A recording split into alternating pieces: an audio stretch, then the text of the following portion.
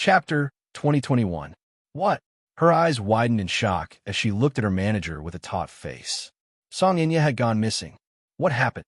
The manager shook his head in bewilderment, clearly clueless about the matter. Nothing. Chairman Mu's assistant only mentioned it over the phone. He probably rushed back to the capital to deal with this matter. Song Inya is missing. Where could she have gone? Yin Shir bit her lower lip, not knowing what Song Inya was up to this time. Didn't she slit her wrist? Why didn't he stay in hospital? Why did he go missing? Sure, don't be too upset. It's not convenient for me to say just now, but actually, you've overinterpreted Chairman Mu's words. Yin Shir looked up. After Mu Yaja's incident, her manager had been quietly accompanying her by her side. He did not say anything and just kept comforting her. It was only when she had calmed down that he decided to make his stance clear. Yin Shir did not understand what he was trying to say, though. Overinterpreted? From a standpoint of a bystander, he explained his stance. Actually, it's not about trust or distrust. It's just that no man will be indifferent to seeing his woman being so intimate with another man. Intimate? Yin Shir smiled faintly, feeling a little speechless. She slowly glanced at Hua Jin, who was leaning against the hospital bed, and her face darkened. Hua Jin got injured because of me. I must stay by his side and take care of him until he recovers. Does Chairman Mu know about this, though? What he saw was only the intimacy between you and Hua Jin. He cares so much about you and is so possessive of you. How could he not let his imagination run wild? Yin Shir kept quiet for a while, then lowered her head and fell into deep thought. Her manager smiled. Actually, Chairman Mu can be a little childish sometimes.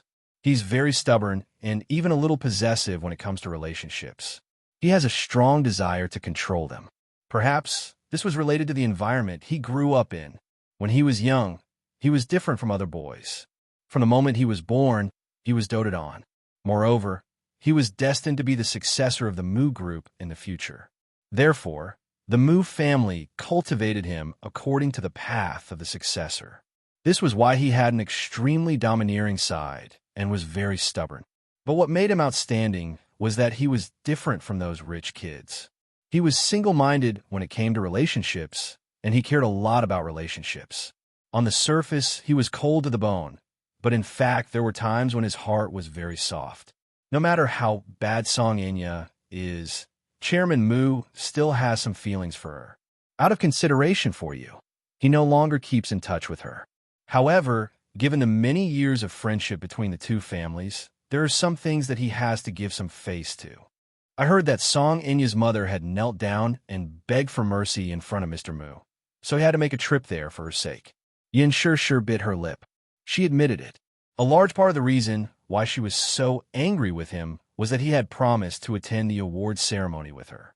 Her high expectations had vanished into thin air, and he had dismissed her without a word. She felt very disappointed. Chapter 2022. But why didn't he explain anything to me? How should I explain it to you? Just explain it directly. There's no need to be so secretive. Women. Qin Zhou raised an eyebrow, shook his head, and sighed. Chairman Mu won't be hypocritical, but he's probably afraid that you'll overthink things and won't listen to his explanation. He probably wants to talk to you face to face, so he rushed to Sea City overnight. If I were a woman, I'd be touched to death. Yin Shir glanced at him. Sensing her suspicious gaze, Qin Zhou immediately cleared his name. Don't look at me like that. I'm innocent. I'm not on his side and have no intention of speaking up for him. But the moment he entered the ward, he was eyeing Hua Jin covetously as if he wanted to eat him up. He's a man. Have you ever seen lions fighting for territory? Yin Shir was stunned. He could even use such a metaphor. Actually, men are very territorial by nature, especially when it comes to their own private property. This can only mean that in Chairman Mu's heart, you're not to be tarnished by anyone. He cares too much about you because he doesn't want to. His concern makes him confused. Women fight for affection, so why can't men do the same? Was he jealous? Mu Yaja was actually jealous? Qin Zhou glanced at Yin Shir, who was flustered in the wind, and smiled helplessly. Why? Do you really think that he's suspicious of you? He's just jealous. Chairman Mu is actually very insecure. The more determined he is to get something, the more afraid he is of losing it. Despite Qin Zhou's words, Yin Shishir did not feel relieved at all. Leaning against the bed, Hua Jin seemed to understand a little. In reality, he could tell that Mu Yaja was so angry because of jealousy. Men would be jealous, but they would not show it on their faces because of their pride. Yin Shishir suddenly thought of something. What was his relationship with Song Enya in the past? Were they very close? Yes, very close. You can say that they were as close as siblings. As close as siblings. No wonder. Song Enya's strong possessiveness toward Mu Yaja was probably because she had always been pampered and protected by him. However, one day, the woman that this man loved the most was not hers. This created a huge psychological gap in her heart. Perhaps her dependence and indulgence on Mu Yaja had caused her to develop a sibling relationship with him. Even though this feeling was very twisted and morbid, Song Enya still fell into it and refused to wake up. Their relationship is so good. There was an indescribable sourness in his heart. Even though she knew that Mu Yaja doted on Song Enya so much, it was not out of love. But he still felt jealous. Qin Zhou pondered for a moment. Yes, I don't know much about the details. I only know that Song Enya looks very similar to his mother. Mother? Yes. Qin Zhou nodded. Chapter 2023. Yin Shishir nodded. He loves his mother very much and misses her very much. Yes, that's why it's hard for him to be ruthless toward his niece. She's probably taking advantage of that. He continued. He and his mother have been relying on each other in the family since he was young. Didn't the Mu Group name a property some time ago? Yun Shan Shur Yi, where Yun and Shur come from your name, while Shan and Yi are probably named to commemorate Jiang Yishan. Yin Shishir reacted abruptly. Yun Shan Shur Yi. Yun Shan Shur Yi? So that was the meaning behind the name. Her manager casually said, You and Jiang Yishan are probably the two most important women in Mr. Mu's heart and even in his life. Is that true? Yes. Yin Shan Shur Yi means a lot to Mr. Mu. The fact that he named it after you is enough to show how important you are to him. Mr. Mu has never been good with words and doesn't know how to sweet-talk you, but his feelings for you have always been there. Yin Shishir was stunned. The most important woman in his life. This, however, shook her heart. Suddenly, she did not hate him as much as before. Her manager continued. Song Enya's mother, Jiang Qimeng, married Song Zhenghua and raised a son and 2 daughters. Even so, she doesn't have much status in the Song family.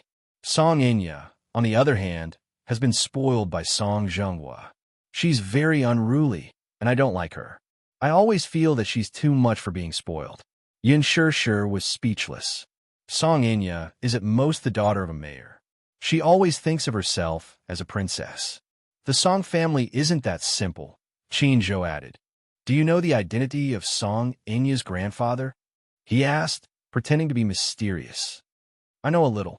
He seems to be someone with a lot of power. He explained. The Song family's power can't be underestimated at all. Song Enya's grandfather was one of the country's founding fathers and had a great reputation. Although he was getting on in years, the Song family status was still there.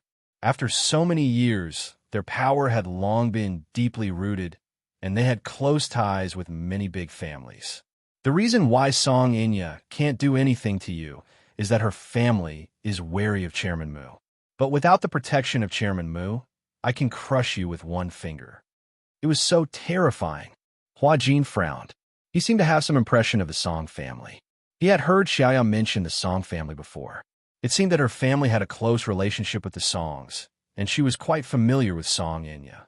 Qin Zhou said, The interests involved in the Song family and the Mu family are far more complicated than you think.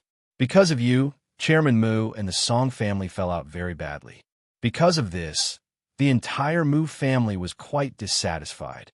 This was also one of the reasons why the Mu family did not approve of you. But with Chairman Mu around, those people can't do anything to you. Thank you, Qin Zhou. I know. Maybe I did go a little overboard with what I said to him earlier. I'm not saying that you went overboard. I'm just saying that you shouldn't read too much into Chairman Mu's words. He can be very stubborn at times.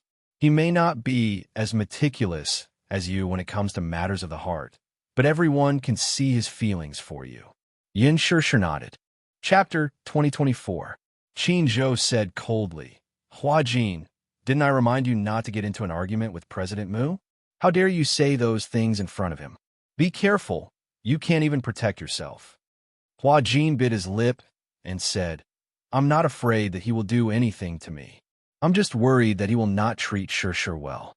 All right, both of you, don't let your imagination run wild. Hua Jin, you stay in the hospital and rest well. Shishir will come back to the capital with me. No, I want to stay in the hospital and take care of Hua Jin. I will arrange for someone to take care of Hua Jin. Yin Shishir was still stubborn.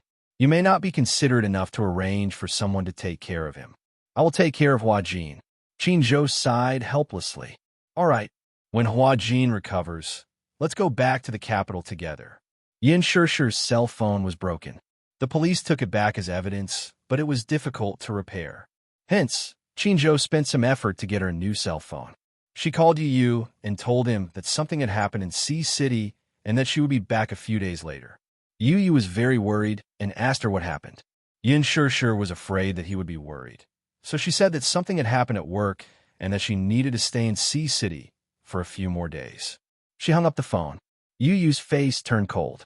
Mommy was lying again. She must be afraid that he would be worried, so she lied to him.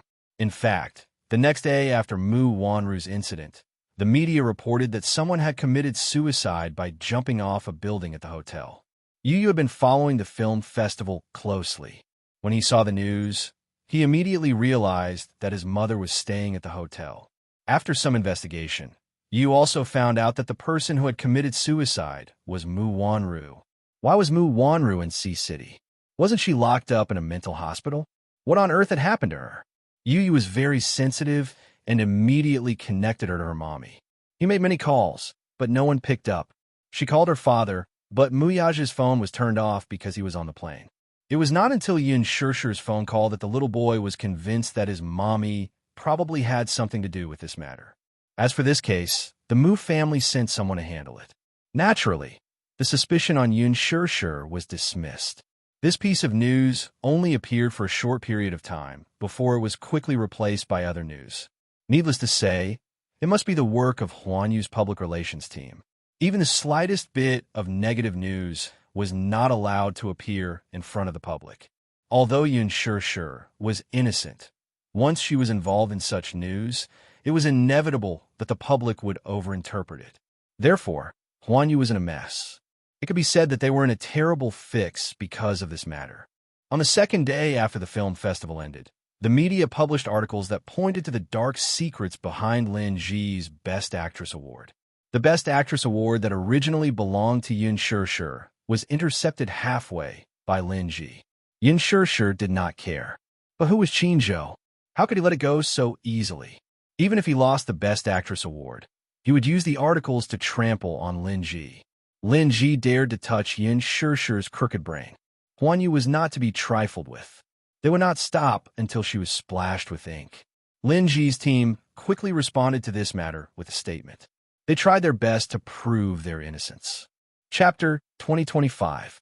This incident eventually alarmed the Golden Eagle Festival officials, who came forward to admit that there was a mistake in the award ceremony.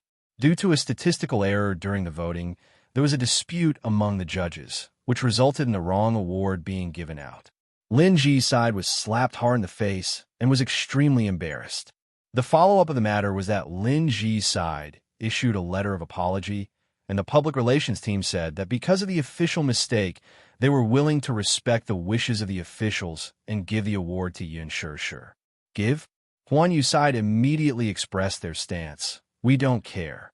Even without the Best Actress Award, Yin Shishir's ability was obvious to all.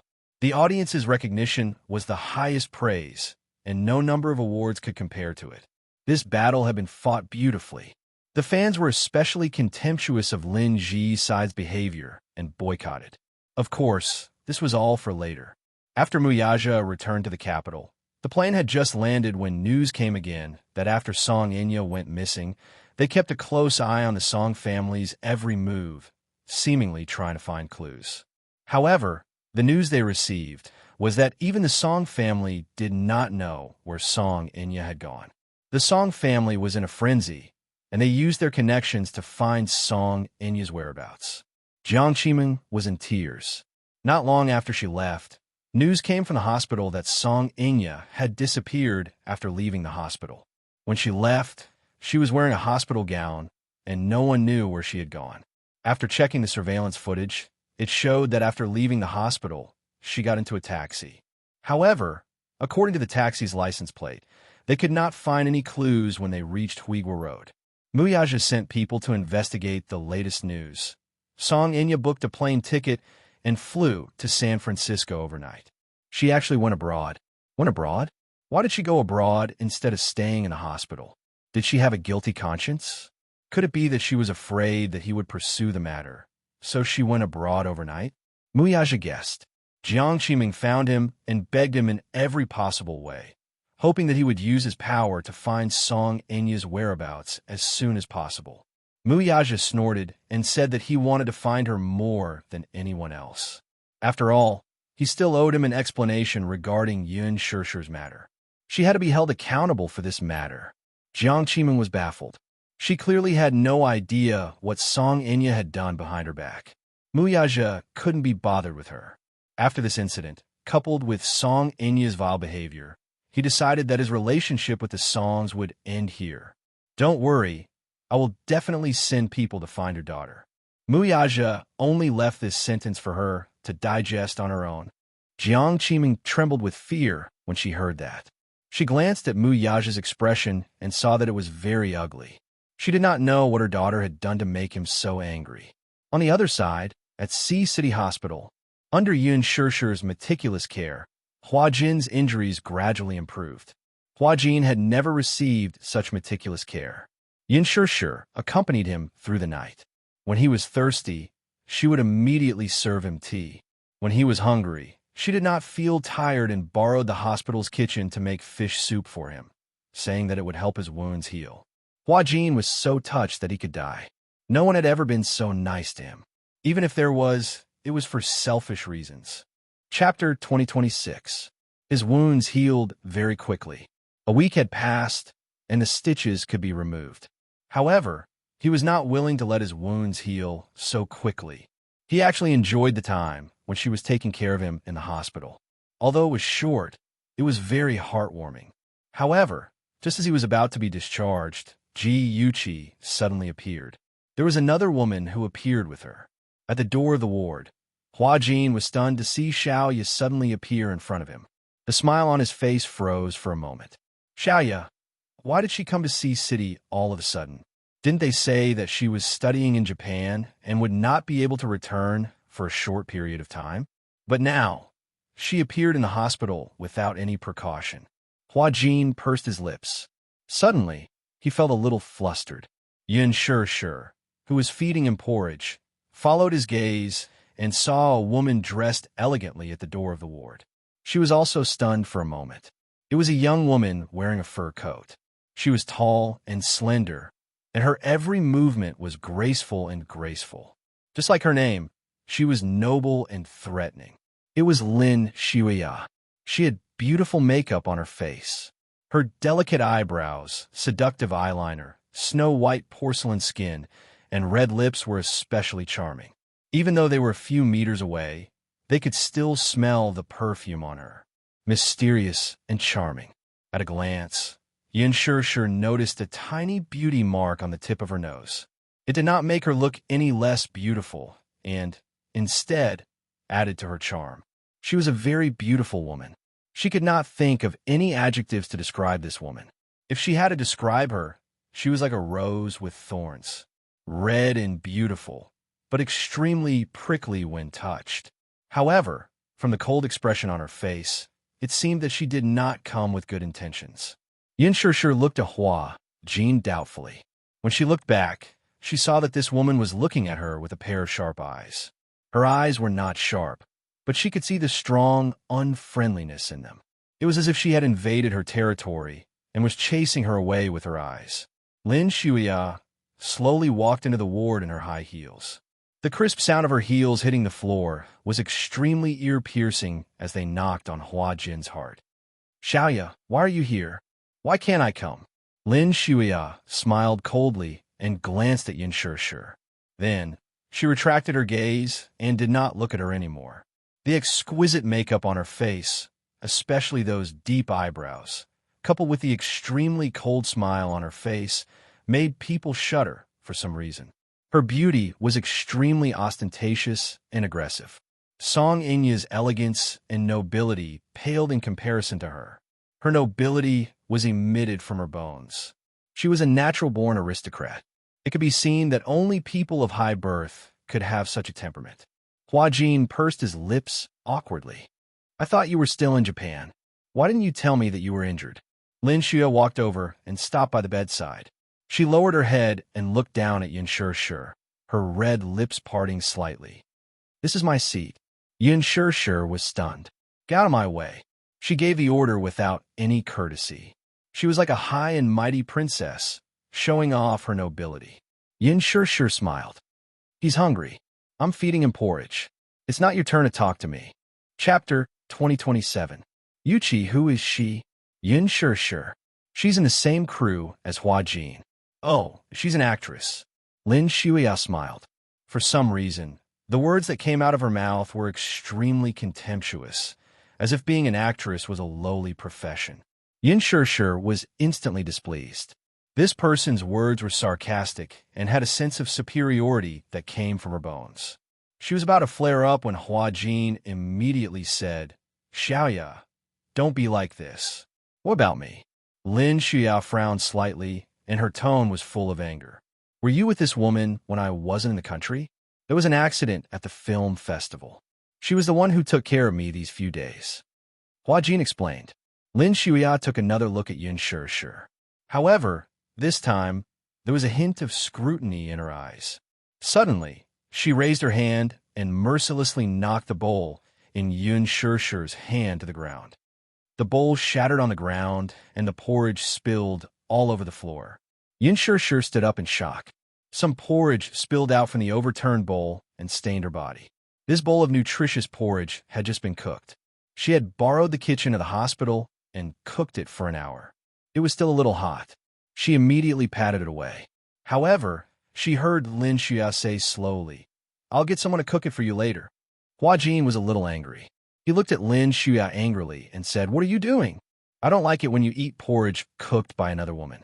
It's disgusting. Lin Xia paused and looked a little unhappy. Also, what do you mean by that tone of yours? Are you blaming me? He had never spoken to her like this before. He had always been gentle and soft. But now, because of another woman, he was glaring at her.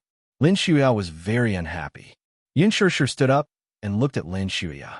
She tried to suppress her anger and smiled coldly. Miss, didn't anyone teach you manners when you were young? What you're doing is very rude. Lin Xia was stunned for half a second. She looked at her deeply with surprise and anger in her eyes. You sure. Ji Yuqi quickly walked over and said, Aren't you in a hurry to return to the capital? I'll book a plane ticket for you. Miss Xia will take care of Hua Jin. You don't have to worry. With that said, she took her hand and pulled her out of the door. Yin Shishir could not react in time as she was dragged to the door. Stop. Lin Xia her. Yin Shishir was not one to be taken advantage of, though. She turned around and met the other's gaze without fear. What? I didn't hear you. You. Hua Jin tugged at her sleeve. Lin Xia waved it away expressionlessly. Yin Shishir was even more indignant at this, but she maintained her elegant demeanor and coldly said, If you didn't hear me clearly, then there must be something wrong with your ears, but I don't mind repeating myself. You're really ill-mannered. Ji Yuqi listened with trepidation. No one had ever dared to speak to Miss Xia like that. This Yin Shishir, she was kind enough to help her out, but she didn't take the bait. Lin Xia laughed out of anger. What's your name? Hua Jin said, Yuria, what are you doing? Lin Xia turned around and looked at him sharply. Who is she to you? Why are you speaking up for her? Stop fooling around. Do you like her? Lin Xia asked coquettishly. Do you like her? Is that why you're so protective of her? Chapter 2028. Hearing her question, Hua Jin suddenly fell silent. He looked at Yin Shishir with a complicated gaze. There were too many inexplicable emotions in his eyes. Suddenly, his lips curled into a smile as he retracted his gaze and looked at Lin Shuya with gentle eyes. How is that possible? Xiaoya, you're the person I love the most. Yin Shishir was stunned. She looked at him in disbelief. After thinking for a while, she suddenly understood. This Lin Shuya. She was so arrogant and rude. Then, she looked at her attitude toward Hua Jin. Could it be that she's the rumored sugar daddy behind Hua Jin? Seeing how Hua Jin accommodated her in every way, her identity must not be simple. She could tell that Hua Jin was pretending to be deeply in love. No matter how good his acting was, he could fool Lin Shuya, but not her. He was lying. What Yin Shishir did not know was that to Hua Jin, words of love were nothing. He pretended to be affectionate on the surface, but deep down, he was very cold. Yin Shishir looked at Hua Jin. However, he smiled gently and looked at Lin Shuya affectionately again. You know that I love you the most, but you still ask me such a question to test me. I'm very hurt. Lin Shuya's expression softened. She glanced at Yin Shishir arrogantly. Her expression was that of a victor, but it was self-evident. I don't like you being with other women. As Lin Shuya spoke, she pointed at Yin Shishir arrogantly and ordered, "Make her disappear from my sight." Xia, immediately. Lin Shuya's voice was not loud, but her expression was very cold. Her tone was indisputable. Hua Jin bit his lips silently and grabbed the bedsheet tightly.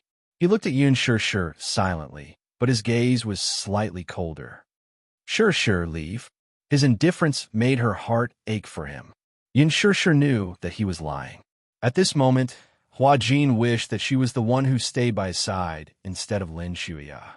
But he was only pretending to be indifferent to protect her. Lin Shuya was probably not a simple character. Hua Jin was worried that he would hurt her, so he pretended to be so heartless. Lin Shuya cast a sidelong glance at her. Did you hear that? Hurry up and get lost. Don't be an eyesore. Ji Yuqi gently tugged at Yin Shishir's sleeve and kindly reminded her, Shishir, let's go. Seeing Yin Shishir's indifferent expression, Ji Yuqi hardened her heart and whispered into her ear through gritted teeth. You leaving is really for Hua Jin's sake. Lin Shuya is not someone you can afford to offend. If you really care about Hua Jin, leave this place quickly. Yin Shishir glanced at her and pursed her lips, but she still did not take a step forward.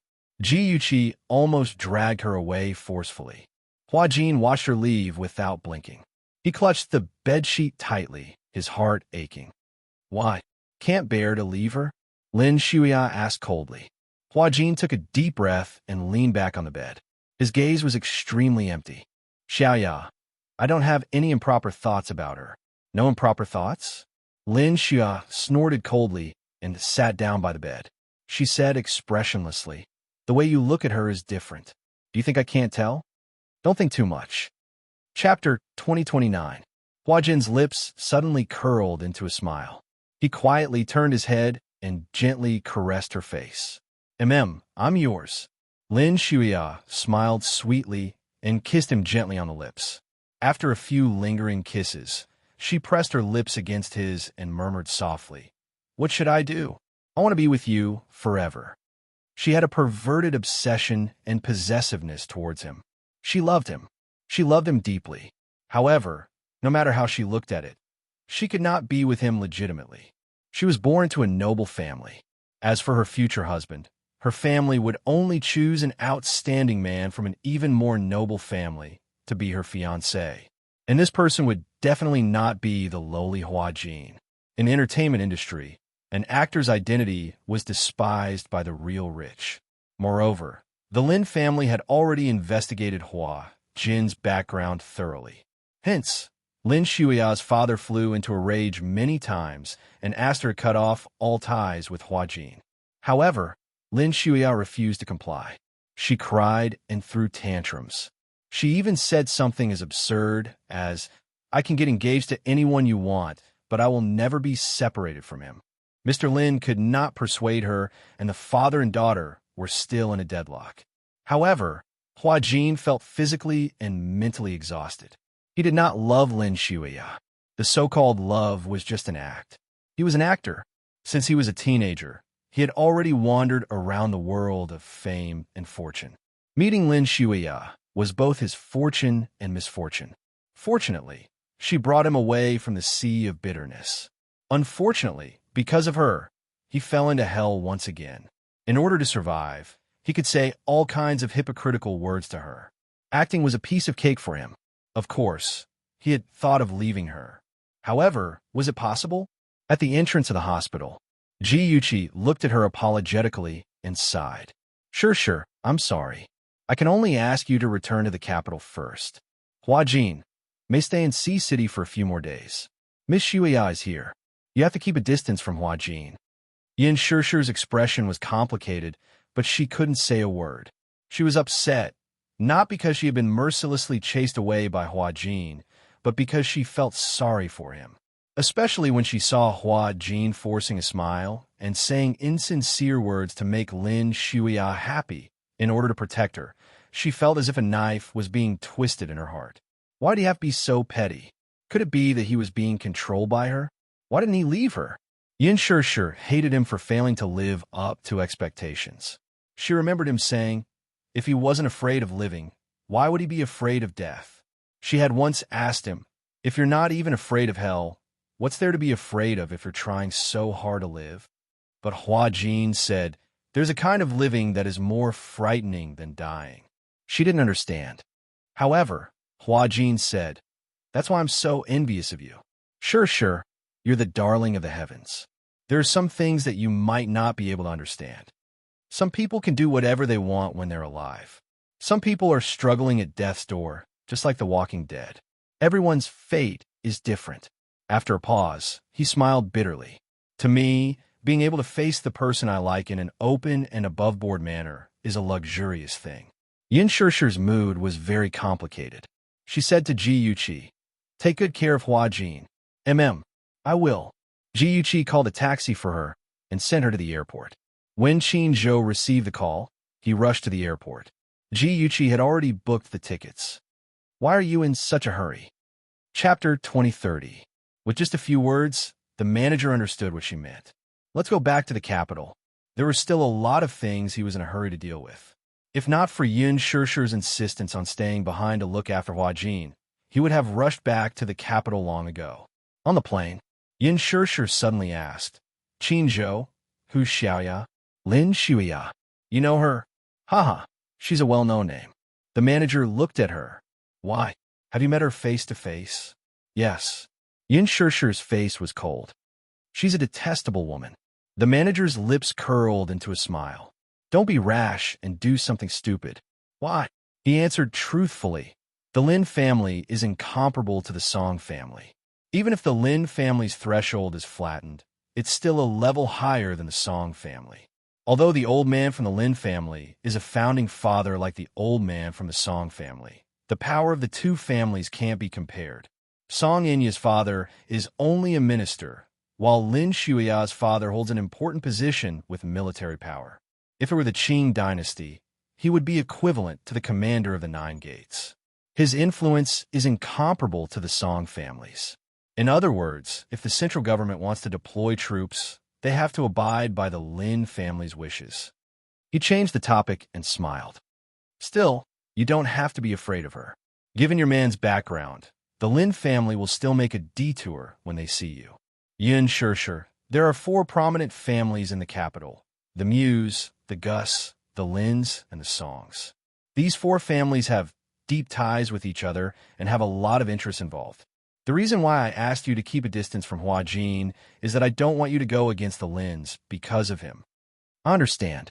Yin Shishi replied faintly, then leaned back in her chair and closed her eyes to rest. It was already 3 in the afternoon by the time they reached the capital. Qin Zhou sent Yin Shishi home and hurried back to the company. Before he went back, he specially said, rest well for the next few days. I've applied for leave from the production team for you. Besides, your scenes are almost done, so you don't have to worry about the progress.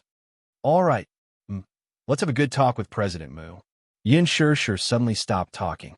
When she got home, Yu and Xiao Chen were already looking forward to her arrival. Before they boarded the plane, Yin Shishir had already called home to inform her. Yu excitedly grabbed Xiao Chen and rushed to the supermarket to buy fish and meat. They planned to make a sumptuous dinner to reward their mother. Well, although Yu was a boy, she was becoming more and more like a good wife and mother. As Xiao Chen accompanied him to buy groceries, he thought to himself, when I get married in the future, I must use Yu as my template. I must marry a wife as virtuous as Yu. She was gentle, virtuous, and not only did she do all the housework, she was also very smart. If his wife was as smart as Yu, he would not have to worry about their children's homework. While Yu was picking groceries, Xiao Chen had nothing else to do. So, he was thinking about something far away. If Yu knew what Xiao Chen was thinking, he would have shivered. Mommy, you're finally willing to come back. I thought you didn't want Yu anymore. Yu threw himself into his mother's arms as he grumbled bitterly. Yin Shishir did not know whether to laugh or cry. How could that be? How could Mommy bear to not want Yu? Then why are you only back now? Chapter 2031. Nope. Yin Shishir said guiltily. Mommy and Daddy's relationship is very good. Then why are you gritting your teeth when you say very good? Detective Yu narrowed his eyes and sensed something fishy. Yin Shishir felt even more guilty. When did I? All right, I don't care about you. You're making me worry all day long. I'm going to cook. Yu ran to the kitchen and started her grand plan. Yin Shishir sat on the sofa with Xiao Chen and watched TV. Xiao Chen watched military programs with great interest. She sat beside him and scrolled through Weibo on her phone. She hadn't scrolled through Weibo for a few days and didn't expect it to explode. Life was like a drama. The news about Lin Ji stealing the Best Actress award spread like wildfire. Under Huan Yu's influence, all the major media outlets published articles on their front pages, accusing Lin Ji of stealing the Best Actress award and the shady dealings behind it. Originally, the Best Actress award belonged to Yin Shishir, but the team behind Lin Ji had sinister intentions. They did not hesitate to use underhanded means to snatch the award that originally belonged to Yin Shishir. It was as though they were robbers. Recently, the crew of Lethal Beauty had been suffering because of this. Gu Xiaoyang turned pale with anger. Halfway through the filming of the drama, the female lead had such a scandal. He was worried that when the drama finished filming and entered the post-production stage, if the publicity wasn't good enough, he was afraid that the public would boycott it. If that happened, the ratings would flop and his reputation would be greatly affected. He had put in a lot of effort into this drama, so that it could be a high-quality drama. However, if it flopped because of reasons other than quality, anyone would be upset. Gu Xiaoyang even went to Huan Yu to make a fuss. He went straight to Ji Lin and asked about the rumors online. On Weibo, Tieba, blogs, and all the major internet portals, the scandal of the Golden Eagle Festival was still published on the front page. This was obviously Huan Yu's intention to kick Lin Ji when she was down and trample her death. Most importantly, Lin Ji was the female lead of Lethal Beauty, and Huan Yu had also invested a lot in the drama. Gu Xiaoyang immediately questioned, Huan Yu is publicizing Lin Ji's scandal. What if it affects the reputation of Lethal Beauty? He regretted it so much. He shouldn't have compromised and asked Lin Ji to be the female lead. If it was Yin Shishir, there wouldn't be so much trouble. Now, the netizens on Weibo had a lot of disgust towards Lin Ji. They even suggested that when Lethal Beauty was aired, they would boycott and never watch a movie with that bitch. Gu Xiaoyang was so angry that he almost vomited blood. However, Huan Yu's attitude. However, Ji Lin said lightly, if the TV series is good and attractive, how can the audience resist it? Are you sure? Gu Xiaoyang narrowed his eyes in disbelief. It's not like there hasn't been such a precedent. Previously, the A-lister Wen Zhang cheated on Yang Di after marriage, and it was a big deal. After that, the audience boycotted all the dramas that Yang Di starred in. Now, a few years have passed, and Yang Di is still not popular. Can you say that an artist's scandal doesn't affect the reputation of the drama? Chapter 2032. Gu Xiaoyang was speechless. With Shishir's identity as a victim and the fan she gained from the green apple, It's enough to support the show's ratings. Besides, other than Lin Ji, there are so many A-listers in the production team. What's there to be afraid of? What's more, the audience was just here to watch a good show and didn't mind blowing things up. We'll just treat it as a publicity stunt. This way, we'll have a hot topic and a gimmick. Guan Yu was very confident. The audience said they didn't want to watch it, but what about after it was aired? Now that everyone knew that Yun Shishir and Lin Ji were archenemies, the audience would be very interested to know what kind of TV series these two would star in. Guan Yu was also thinking from this perspective. Firstly, trampling on Lin Ji now would, in a sense, allow the production team of Lethal Beauty to ride on the hype. Secondly, because of this incident, Yun Shishir received a lot of attention. With this attention, the show would definitely be a hit. After all, the catfight was so exciting, the show would be even more exciting. Jilin had been in the industry for many years and was very experienced. He had a good grasp of the audience's thoughts. Moreover, how many netizens would say they were boycotting the show in real life? How many of them would there be among the more than 1 billion people? It wasn't even worth mentioning. Most of them said they didn't want it, but their bodies were honest. Most of the audience for the show rarely went on Weibo. They only cared about the quality of the show and didn't care about anything else. It was fine as long as it looked good. This would only be beneficial to Yun Shishir. It was the best opportunity to improve her favorability. Missing out on a best actress and gaining reputation was not a loss. Gu Xiaoyang was rendered speechless. Jilin said, "Focus on your show." Then, he invited him to leave. However, Lin Ji's scandal was still very lively online. Lin Ji's side had already posted 5 statements and apologies, but Yun Shishir didn't say anything on Weibo. The netizens collectively didn't buy it. Yun Shishir was speechless as she scrolled through Weibo. It turned out that the feeling of being protected by fanatical fans. It was so complicated. On one hand, she was touched. On the other hand, she was helpless. Some of the brainless fans ran to Lin Ji's Weibo to curse and were banned by the system. They created accounts again. They came aggressively. Yun Shishir didn't know whether to laugh or cry. She opened her homepage and browsed through the comments left by the netizens. Suddenly, a comment caught her eye. "Mistress. Evil mistress. Only die-hard fans like you are like such a bitch. Do you know who Yun Shishir's backer is? Don't be fooled by her innocent and harmless appearance. She is the third party who has pushed out the fiancé of the Mu family's heir, Mu Wanru." Yun Shishir was shocked. Even though this netizen's comment section was full of criticism, Yun Shishir was still unsettled. Who was this person?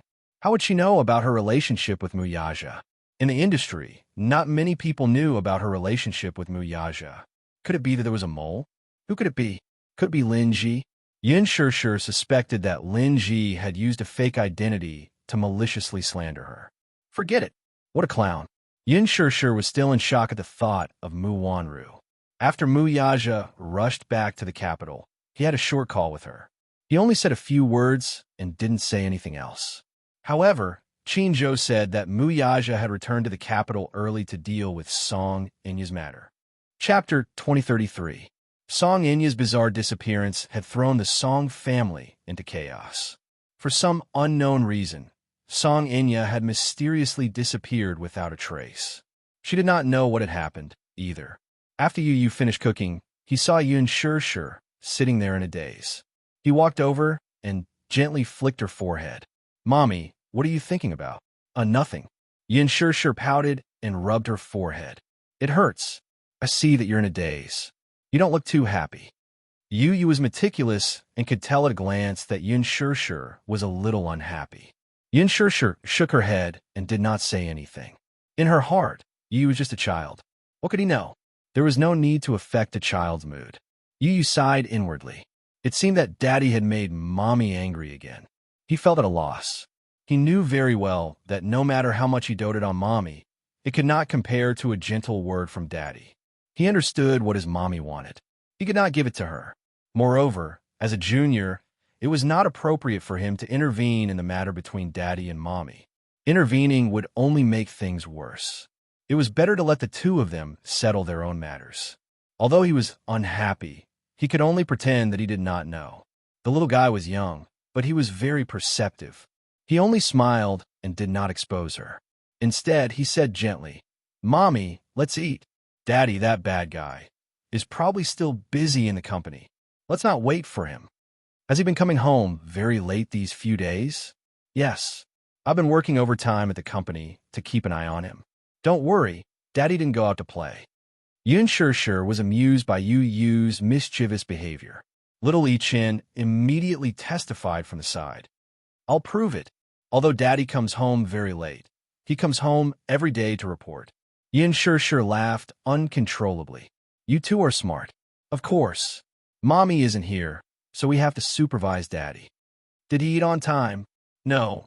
There was one time when I went to the company to visit him. At 12:30 in the afternoon, he was still in a meeting. He seems to be very busy these days. Yin Shishir nodded. Suddenly, she picked up Xiao Qin and said, "Let's not wait for him. Let's eat." Yes. The dinner was very sumptuous. There was fish and meat, but not much. There were only 5 dishes and 1 soup.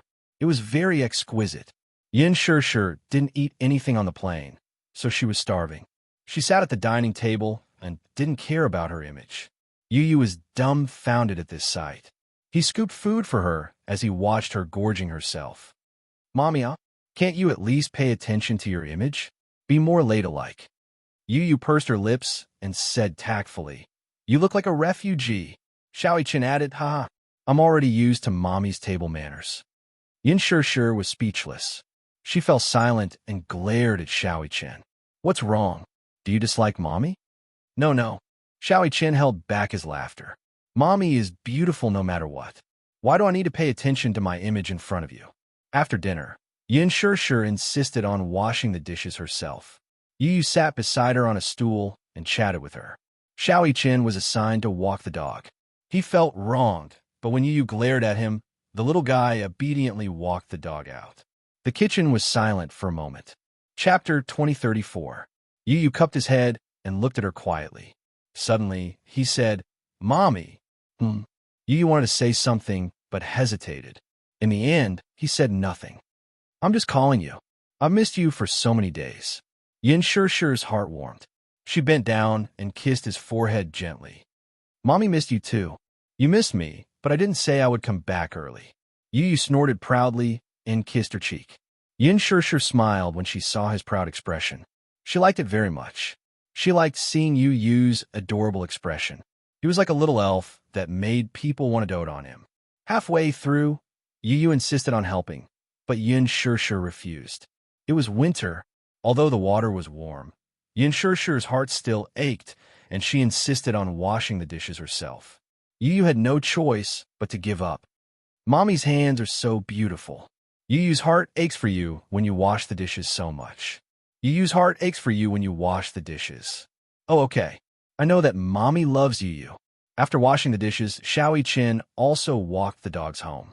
She accompanied the 2 children to watch TV before coaxing them to bed. It was late at night. After washing up, she lay on the bed. However, she tossed and turned, unable to fall asleep.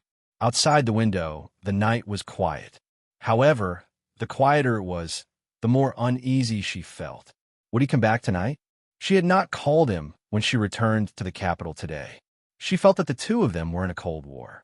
Yin Shishir closed her eyes and suddenly felt sad. It was past midnight. Suddenly, she heard the sound of a car engine coming from afar. Then, she heard the car turn off in the garage. At that moment, she felt her heart clench. This situation seemed familiar. 7 years ago, it was also a night like this. She was arranged to stay in a villa near the sea, silently waiting for his arrival. It was also in such a dark night that she heard the car turn off in front of the villa. Then, she heard his steady footsteps getting closer and closer. At that time, she was so uneasy, not knowing what kind of man would appear in front of her. At this moment, he was just as nervous as before. Yin Shishir suddenly heard the sound of the door being pushed open. Along with the slight movement, he seemed to have walked into the living room and was resting on the sofa. She became increasingly uneasy. Every minute and every second felt as long as a century. He went home. At this time, She should be happily opening the door to welcome his return. But ever since they parted on bad terms, he felt a little awkward now. Yin Shih covered herself with a quilt. It turned out that the Cold War was so tiring. She wanted to hug him tightly and pour out her heart, but she did not have the courage to do so. Muyaja did not know that she was back. He sat in the living room for a while, then went to the dining room. He poured a glass of water and drank it in one gulp. No matter how good the soundproofing was, she could still hear his footsteps in the living room in the silence. Then, she seemed to hear him walking towards the bedroom. Her heart was in her throat. Katja! The door suddenly opened. The man was suddenly stunned for a moment. He looked at the bulging figure on the bed. She was back. Why didn't she tell him? Yin Shih gritted her teeth and hid in the quilt. She did not dare to poke her head out and pretended to be asleep. She did not know how to face him. Chapter 2035. Hence, she could only pretend to be asleep to get out of this awkward situation. Muyaja turned around and went to the bathroom. The sound of running water seemed to indicate that he was washing up. After washing up, he took off his clothes, changed into his pajamas, and got onto the bed gently. The man's tall and lanky body gave her a great sense of security. Even though she didn't touch him, Yin Shih could still feel that solid chest behind her. She shut her eyes tightly and didn't dare to open them. She pretended to be asleep, and her breathing was calm. And he didn't seem to notice that she was awake. He thought that she was already asleep, so his movements were very careful, afraid that he would wake her up. Just when she thought that they were going to spend the entire night estranged, the man behind her suddenly intimately pressed against her. His body was very hot. It was unusually hot. Even through the coral fleece pajamas, she could still feel the burning temperature of his skin. Why was it so hot? While Yin Shih was in a daze, she felt his gentle movements. The man gently hugged the back of her neck and casually reached out an arm to cushion her throat. Then, he gently and carefully pulled her body into his embrace. His other arm circled around her waist and trapped her in his embrace. Yin Shih was so nervous that her body stiffened. She didn't dare to move. The man seemed to notice that her body was slightly stiff. He was a little surprised and thought that she was frozen. The temperature was extremely cold at night. Even though the heater was turned on in the room, her body had always been weak, and she fell sick easily. He knew her well. Once the workload was slightly heavier, her body couldn't take it anymore. If she didn't take care of herself, she would fall sick. Muyaja hugged her closer, trying to warm her with his body's temperature. Yin Shih still had her eyes closed and didn't dare to move. She was still a little angry with him. Hence, when he wanted to hug her to sleep, she didn't seem to want to cooperate at all. She deliberately acted awkward and pretended to talk in her sleep. Then, she pounced on the empty space on the other side of the bed. Muyaja helplessly curled his lips and hugged her waist to prevent her from moving. After tossing and turning for a long time, the man finally realized that something was wrong. The woman in his arms was not asleep at all. She was still awake, but she pretended to be asleep to deal with him. He could tell that she was still angry with him. Even if he deliberately tried to get close to her and curry favor, she didn't seem to buy it at all. She kept running to the other side, wanting nothing more than to get as far away from him as possible. Little idiot. Was she holding a grudge against him? In the darkness, Muyaja's black, jade-like handsome eyes narrowed slightly as he stared at the woman in his arms who was pretending to be calm. It was obvious that he had seen through this fellow's awkward thoughts, but he didn't know what to do. He really didn't know what to do with this woman. After remaining silent for a while, he finally spoke. He's awake. Yin Shih didn't say anything and didn't want to talk to him. She was angry, but because of him, she couldn't vent her anger. She could only hold it in and bear with it. She could only use this little trick to silently accuse him. Muyaja saw that she was ignoring him, but he wasn't angry. He lowered his head and gently kissed her forehead. Yin Shih suddenly turned her face away and avoided him silently. She intentionally avoided him. Chapter 2036. The man fell silent again. Since you're awake, there's no need to pretend to be asleep. Despite his words, Yin Shih remained indifferent with her eyes tightly shut. Little thing. She needed to be taught a lesson. With this thought in mind, the man leaned over slightly and gently covered her with half of his body. Since she was pretending to be asleep and unwilling to face him, he would make her wake up. His large palm reached under her clothes and traced her tender and smooth skin all the way up. His body was boiling hot, but his fingertips were slightly cold. When they brushed across her skin, it made her shiver uneasily. Yin Shirshir suddenly grabbed his arm. In the darkness, she slowly opened her eyes.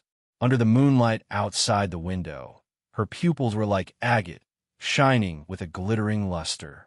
"You're finally willing to wake up?" Muyaja's lips curled into a smile.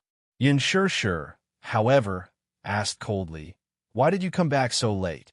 "I had a dinner with a few directors tonight." Yin Shirshir asked again, "Why didn't you call me these past few days?" He said calmly, "You're angry." Yin Shirshir felt a pang in her heart as tears welled up in her eyes. She widened her eyes and retorted, "Is this the reason? It sounds so pompous. Can you ignore me just because I'm angry? So you're giving me the cold shoulder?" Muyaja was silent. She sucked in a deep breath of cold air before continuing. "I admit that my tone was a little harsh that day, and it may have hurt you, but aren't you the same?" Since she had already said this, she might as well vent all the unhappiness that had been buried in her heart for the past few days. "Is this how you treated Song Enya before I showed up? When she was angry, or when she was being unreasonable, would you also give her the cold shoulder? Ignore her?" Muyaja did not say anything and did not even give a basic explanation. Yin Shirshir smiled coldly. "It can't be like that. You can be patient and coax her, let her be arrogant and willful. But, from Song Enya's words, she learned that Muyaja's love for her was almost limitless. No matter how arrogant, willful, or unreasonable she was, he would tolerate it. But why? But he treated her like this. How unfair. She was his wife. Regardless of whether it was emotionally or nominally, she was his rightful wife. What grave mistake did she make that he had unscrupulously neglected her for so many days? She was restless and suspicious every day. She did not know what he was thinking. She did not return to the capital. On one hand, she wanted to take care of Hua Jin. On the other hand, she did not know how to face him when she returned to the capital. Yin Shirshir endured the bitterness in her heart and asked word by word, "Am I not worthy of your love? Do you have to be so sarcastic? I just want to know if I'm more important to you or Song Enya." She asked stubbornly. She clearly knew the answer in her heart. Whether it was from Qin Zhou or those close to him, be it Lu Jinyu or Jiang Shun, all of them said that she was important to him. Still, she could not believe it and wanted to verify it personally from him. She could only be sure of the words coming out of his mouth. "Why are you asking this question?" Chapter 2037. Isn't it good for you to answer me when I ask? I want to know because I feel uneasy. I have a feeling that Song Enya is more important to you than I am. You can break your promise with me for her sake. You can indulge her and hurt me time and time again. What exactly is the reason for you to be so protective of her? If it were someone else who did this to me, you'd definitely get rid of them by hook or by crook. But Song Enya has crossed my bottom line time and time again. Yet you still don't have a tough attitude. Is she really that important? So important that you can ignore my feelings? Her voice was calm, but the anxiety in her tone made him frown again. He pinched her cheeks and fiercely sealed her mouth with a kiss, trying to force her to calm down. Pressing his lips against hers, he asked in a deep voice, "Must you be so self-righteous and make assumptions about me?" Yin Shirshir widened her eyes, but a line of tears fell from the corner of her eyes and landed on his arm. Her voice was trembling and hoarse as she broke down. "Other than making assumptions about you, what else can I do? You're not willing to tell me anything. Other than trying to figure out your psychological world, what else can I do?" Muyaja's eyes flashed fiercely as his heart was stung by her words. "No matter what it is, I like to tell you everything. No matter if it's happy, sad, agitated, or sad, I'm willing to tell you everything. But what about you? You're always silent and don't let me know anything. Do you know that I feel very lonely like this?"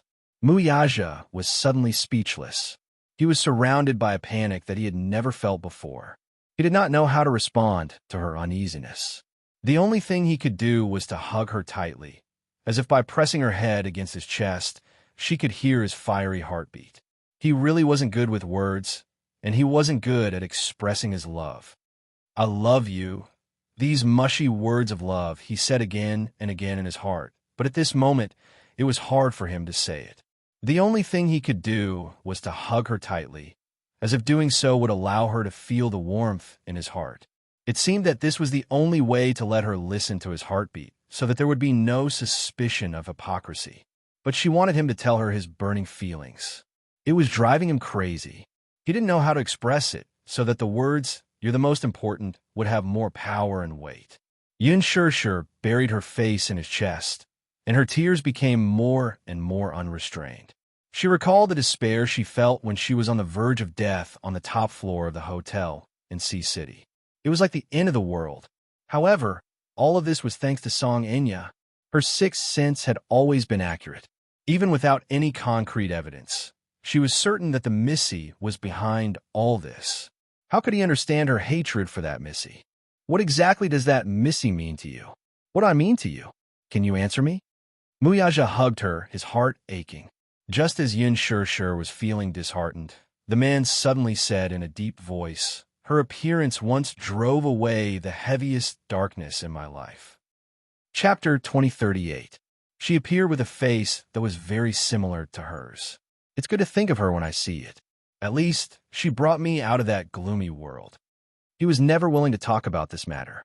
It was because of that gloominess that he did not want to recall even for a second. In such a big family, every step was dangerous. All along, he and his mother had relied on each other. He was her support, and she was his support. But one day, they were separated by life and death. It was a despair that almost destroyed the world. It was Song Enya who held his hand and brought him away from that darkness. To her, it's gratitude. It's Gunyinji. Then what about me? Yin Shirshir was extremely jealous.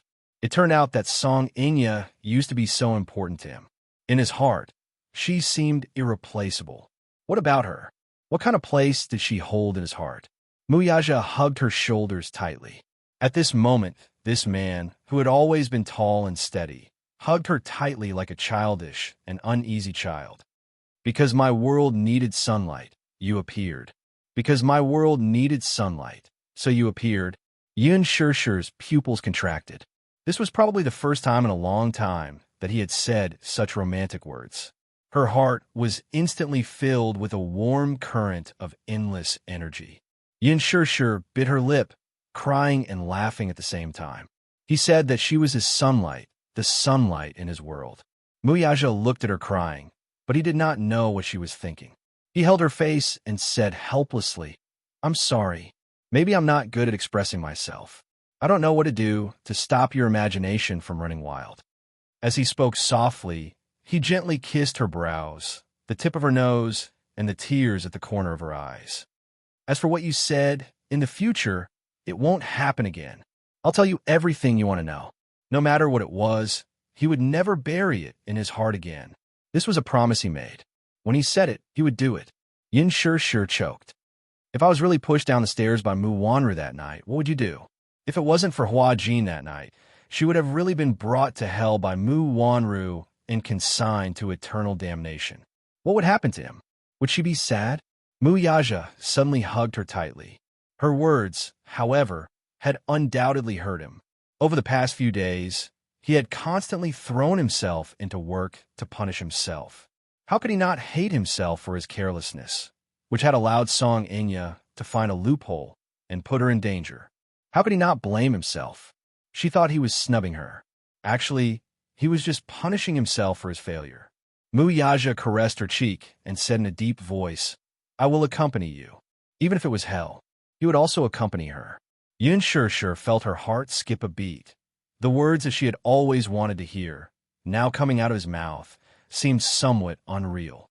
In fact, she had always felt that the so-called relationship between her and Mu Yaja was unfair, perhaps because of her family background.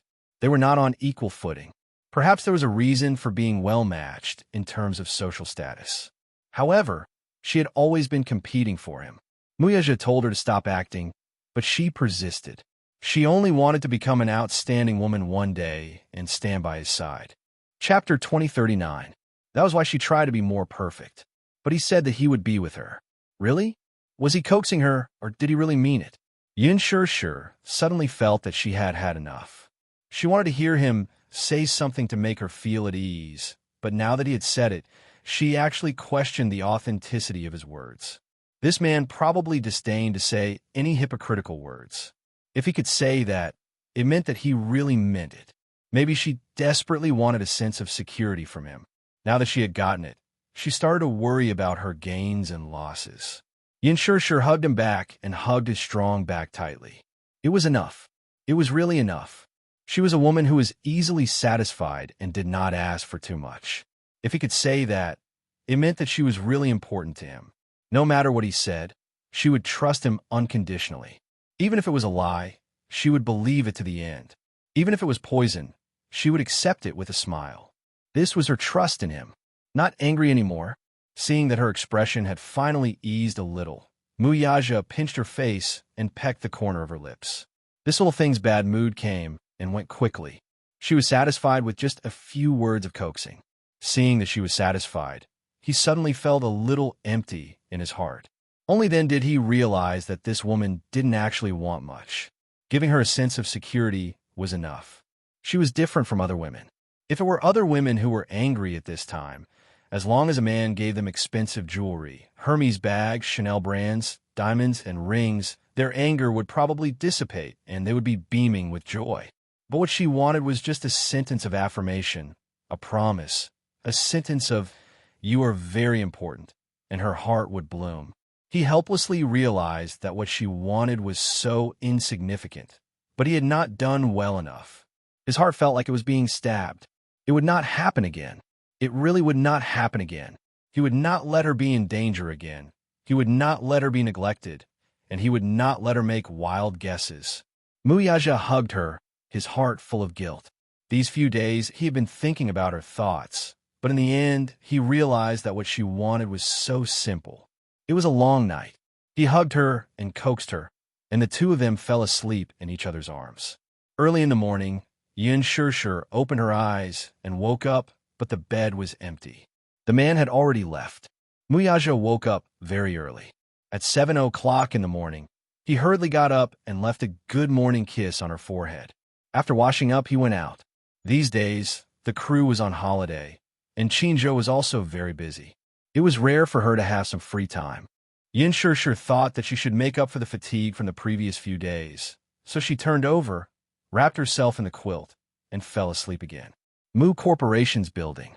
When Muyaja arrived at the office, Minyu had been waiting for him for a long time. As soon as he entered the office, Minyu rushed up to him.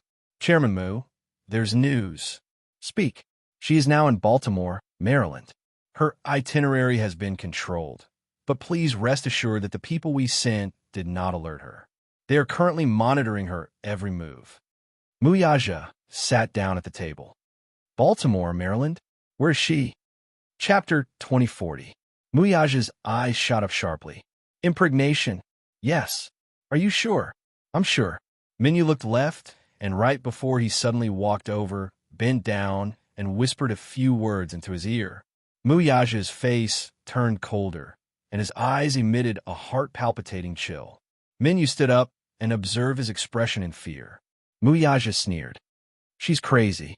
She had undoubtedly touched his reverse scale by doing this. Naive.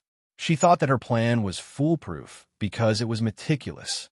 Did she think that he was a decoration? How dare they try to pull such a stunt behind his back? So what if she succeeded? Did she expect him to admit it? What a joke. Since she insisted on planting such a seed of disaster, he did not mind accompanying her to the end. "We're also very surprised to hear this news," Muyaja said coldly. "We must not let her succeed." "Yes, I understand. I'll do as you say."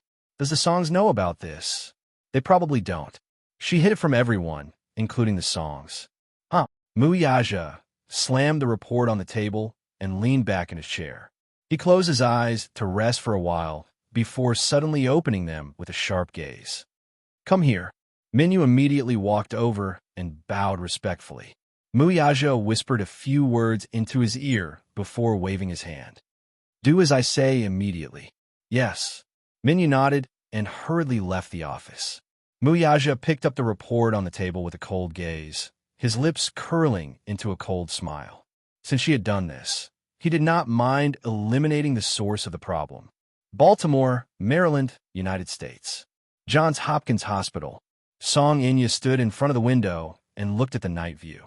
The window reflected her pale face, which looked lifeless. On the third day of her arrival in the United States, she was arranged to stay in the hospital. She followed the doctor's instructions and tried her best to recuperate and wait for the best time to conceive. Her body was not in good condition, so she needed some time to recuperate. However, she was worried that the longer they delayed, the easier it would be for them to be exposed. She had to finish this before he did. She knew that this time it was all or nothing. There was no room for failure. In fact, she already had a plan for this. She was just hesitating whether she should do it or not. However, after that experience and witnessing Muyaja's ruthlessness, she made up her mind that even if it meant risking everything, she would still carry out this matter. She did not alert anyone, not even Song Yunxi and Jiang Qiming. She left the hospital and quietly boarded a flight to the U.S. She was determined to leave without hesitation. This idea didn't pop up in a single night. In fact, before this, she had already laid out a detailed plan and arranged everything properly. With her identity, it could be said that her path was unimpeded. There was no resistance at all. Relying on her powerful connections in the country, she almost effortlessly got what she wanted. Now, she just had to wait for the right time to recuperate and undergo artificial insemination at the best time to conceive. She thought that everything was foolproof. Everything was going on nervously and orderly. She would not allow anyone to get in her way. This matter could only succeed and not fail. She had no way out. She could only move forward without hesitation. There was a knock on the door. Chapter 2041. Come in. She stared out of the window with a deep gaze. Behind her, the door opened and a doctor with brown hair and blue eyes slowly walked in. He stopped beside her and asked in a deep voice, "Madam Song, are you resting?" "Yes." The doctor immediately apologized tactfully. "I'm really sorry to disturb you." "It's all right." She turned around and smiled elegantly, showing off her red lips, white teeth, and bright eyes. "How's it going?" The doctor smiled. "I took the liberty to disturb you because of this matter." "Yes, please go ahead." The doctor said tirelessly, "According to what you said, everything is progressing very quickly. However, because the semen is stored at an ultra-low temperature in a liquid nitrogen tank at -170 degrees Celsius, the chances of a successful pregnancy are extremely low. This depends on the quality of the sperm. Furthermore, the artificial insemination can only be completed by relying on complicated equipment and high-intensity technology." Hearing this, she suddenly became nervous and stared at him. "Are you saying that the chances of success are very low?" "Yes." "How low?" She was so nervous that she no longer had her elegant demeanor. She grabbed the doctor's collar, eager to know how low the chances were. The doctor maintained his good demeanor and comforted her uneasiness. "Madam Song, I can understand how you feel. Please calm down. The success rate is low, but it's not as difficult as you think. It's about 40%.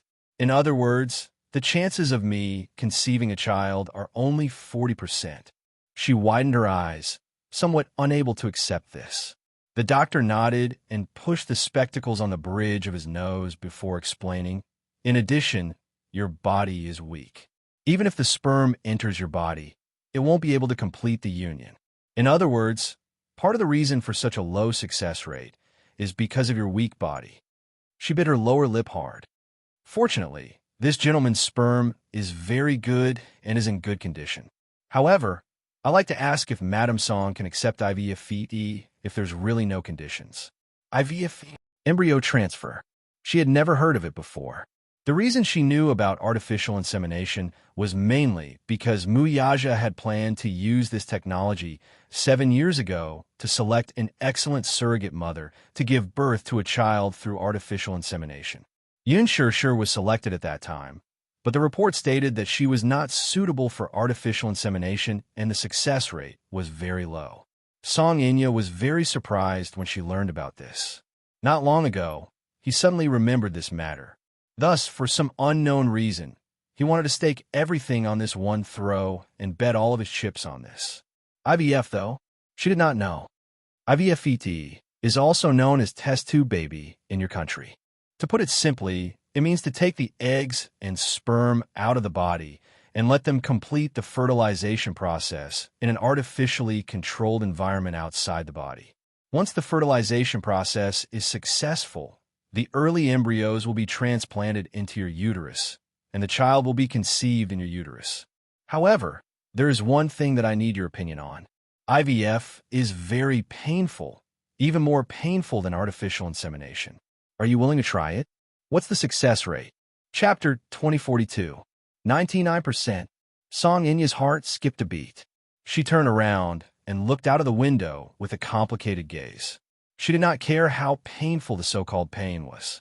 Now that she had her own way, no matter how painful it was, she had to do it without hesitation. Moreover, the doctor said that the success rate was very high. 99% was enough. She turned around and asked, "How long will IVF take?" "It'll take a certain amount of time." "How long is a certain amount of time?" she asked nervously. "I don't have much time. It'll take at least half a month." "Do it immediately. As soon as possible." "Okay, Madam Song. Please don't be anxious. We'll do it as soon as possible." With that, the doctor left in a hurry. Bang! The door closed softly. Song Inya fell onto the sofa as if she had lost all her strength and looked blankly at the ceiling. She did not know how many connections and assets she had used to rush to America this time. She even secretly stole 8 figures from Song Yunshi's account behind the back of the Song family. 8 figures. The price of artificial insemination was much higher than she had imagined. That day, Mu Yaja's indifference made her feel disheartened. She knew very well that this man was disappointed in her. She had also forced herself to give up, to let go, to stop chasing after him. However, she suddenly realized that this man had unknowingly become her whole world. If she were to leave him, her world would instantly become dark and hopeless. What was frustrating was that even though she hated him a lot, she really could not leave him. Therefore, she took an unconventional approach and came up with this idea. She planned to use artificial insemination to secretly get pregnant with his child behind his back. She thought that Yin Shishir had made use of the child to gain his favor. So why should she not use such a method too? The status of a mother in a wealthy family always depended on her child. With Yin Shishir's status, she was not worthy of it. However, she was worthy of the Mu family. Yin Shishir must have used the 2 children to tie Brother Mu's heart. So why should she not do the same? If she was pregnant with Brother Mu's child, he would definitely not blame her or abandon her. The child would become a deep bond between them. Even if Brother Mu was cruel and resolute, she would have a child with him. Even if she did not have Brother Mu, she would still have spiritual sustenance. Moreover, no matter how ruthless he was, he would never ignore her. Brother Mu might not care about his own flesh and blood, but the Mu family should, right? Which rich and powerful family didn't value inheritance? She would not force it. Even if she had to marry Brother Mu and become his concubine, she had her reasons now. In the future, there would be plenty of time. She didn't believe that she couldn't beat Yin Shishir. At this thought, she clenched her fists so tightly that her sharp nails dug into her palms. At this moment, the Song family was in chaos. Especially Song Yunshi, when she found out that an 8-figure sum of money in her account evaporated overnight. She was so anxious that her head hurt. There is no need to investigate to know who had moved the money. Other than his father, Song Inya was the only one who knew his account password. Now, she had also disappeared without a trace. If it wasn't her, who could it be? What a disappointing fellow. Where did he go? Chapter 2043. Song Inya was very ruthless. She was worried that her whereabouts would be exposed to Mu Yaja sooner or later. Hence, she did not inform anyone. Song Zhengguo was so angry that his blood pressure rose sharply and he almost had a stroke. When he learned that his daughter had disappeared overnight, he was so angry that he scolded Jiang Qiming harshly. Look at how you've taught such a good daughter to become like this. She disappeared overnight, as if she had evaporated from the face of the earth. Is this the good daughter you've taught? Enya is just a child. She's not sensible at all. Are you not sensible too? You must find a child as soon as possible. If anything happens to Enya, I'll divorce you. Jiang Qimeng was already worried and distracted. She had already asked for help from her connections to search for the child. Now that she was humiliated by him, she even had the thought of killing herself. He actually dared to say something like divorce. Besides, was she really the only one responsible for Song Enya's current state? In the entire Song family, he was clearly the one who doted on his daughter the most. He took a large part of the responsibility for Enya's current state. When Enya was disobedient when they were young, she would be yelled at by him when she wanted to educate her properly. Jiang Qiming felt aggrieved and helpless as tears rolled down her cheeks. She was helpless and helpless. Divorce was impossible. If he wanted her to divorce, she might as well die. If word got out that she wanted a divorce at this age, wouldn't she become a laughingstock? At the very least, she would die a glorious death with the title of the mayor's wife. Jiang Qimeng also felt extremely disheartened. All these years, she had suffered many grievances in this family, but she had no one to complain to. Although she was the madam of the Song family and the mayor's wife in name, she was well respected and had a status. When she entered and exited the upper class, she received polite and attentive gazes. This indeed satisfied her vanity to a large extent. But in reality, how could she have any status in such a big family? She was the eldest madam. On the surface, it sounded nice. In such a patriarchal family, how could she have the right to interrupt? Putting aside the days of fear and trepidation, as well as the colorful flags that Song Zhenghua would fly outside behind her back, as the legal wife, she could only turn a blind eye to it. But if she were to talk about the mistreatment she suffered at home, not to mention her husband, even Song and she, a young child, was spoiled and arrogant. She did not even respect her mother. It was really very sullen. Now that Song Enya was missing, she was blaming her for it. She simply could not bring herself to say anything. Song Yunshi sat at the side and didn't say anything. Song Yunshi hid in her brother's arms in fear and didn't dare to make a sound. She only knew that her sister was missing, but she didn't know where she had gone. From beginning to end, Song Yunshi did not mention the transfer of assets in the account. He didn't dare to mention it. If his father knew about this, he would definitely fly into a thunderous rage and vent his anger on him. Song Yunshi only wanted to find Song Enya's whereabouts as soon as possible. As for these assets, he always suspected that Song Enya must have a need for them. As for what she wanted to do, he still did not know. Song Yunshi was afraid that she would cause an earth-shattering commotion, so he had already sent more people to search for her. Chapter 2044. There's an acquisition proposal tomorrow, and we need to start an international video conference. Got it, boss. Have you found out anything about that matter? Yes. Minyu nodded. 7 years ago. Do you still remember how you froze and sealed the sperm in the sperm bank? Yes. 7 years ago, a private hospital under the Mu Group was preparing to carry out artificial insemination. Everything had been prepared, and all that was left was to wait for Yun Shishir's medical report. If there were no accidents, the procedure would proceed as usual. However, at that time, Yun Shishir's body was found to be unsuitable for artificial insemination due to her physical condition. Hence, they gave up on this option. The hospital sealed the sperm in the sperm bank and used a nitrogen tank to freeze and store it in case of an emergency. How did this thing fall into her hands, though? Muyaja looked at Min Yu suspiciously. The latter calmly said, "The person in charge of this matter has been arrested, and the investigation is ongoing." Huh? Muyaja coldly curled his lips and asked, "Is she still in the hospital?" "Yes. I heard that she's recuperating now. The doctor said that she's a little weak. I also heard that the doctor is going to arrange for her to undergo artificial insemination through IVF. Boss, do we need to stop her?" Muyaja's eyelashes drooped expressionlessly before he suddenly smiled deeply. "No need." The assistant was stunned. "Boss, you mean," Muyaja faintly said, "since she's so desperate to have a child, why don't we let her get what she wants? Did she think that she could marry into the Mu family because of her son's status? She's really ambitious. But do as I say. Don't alert her.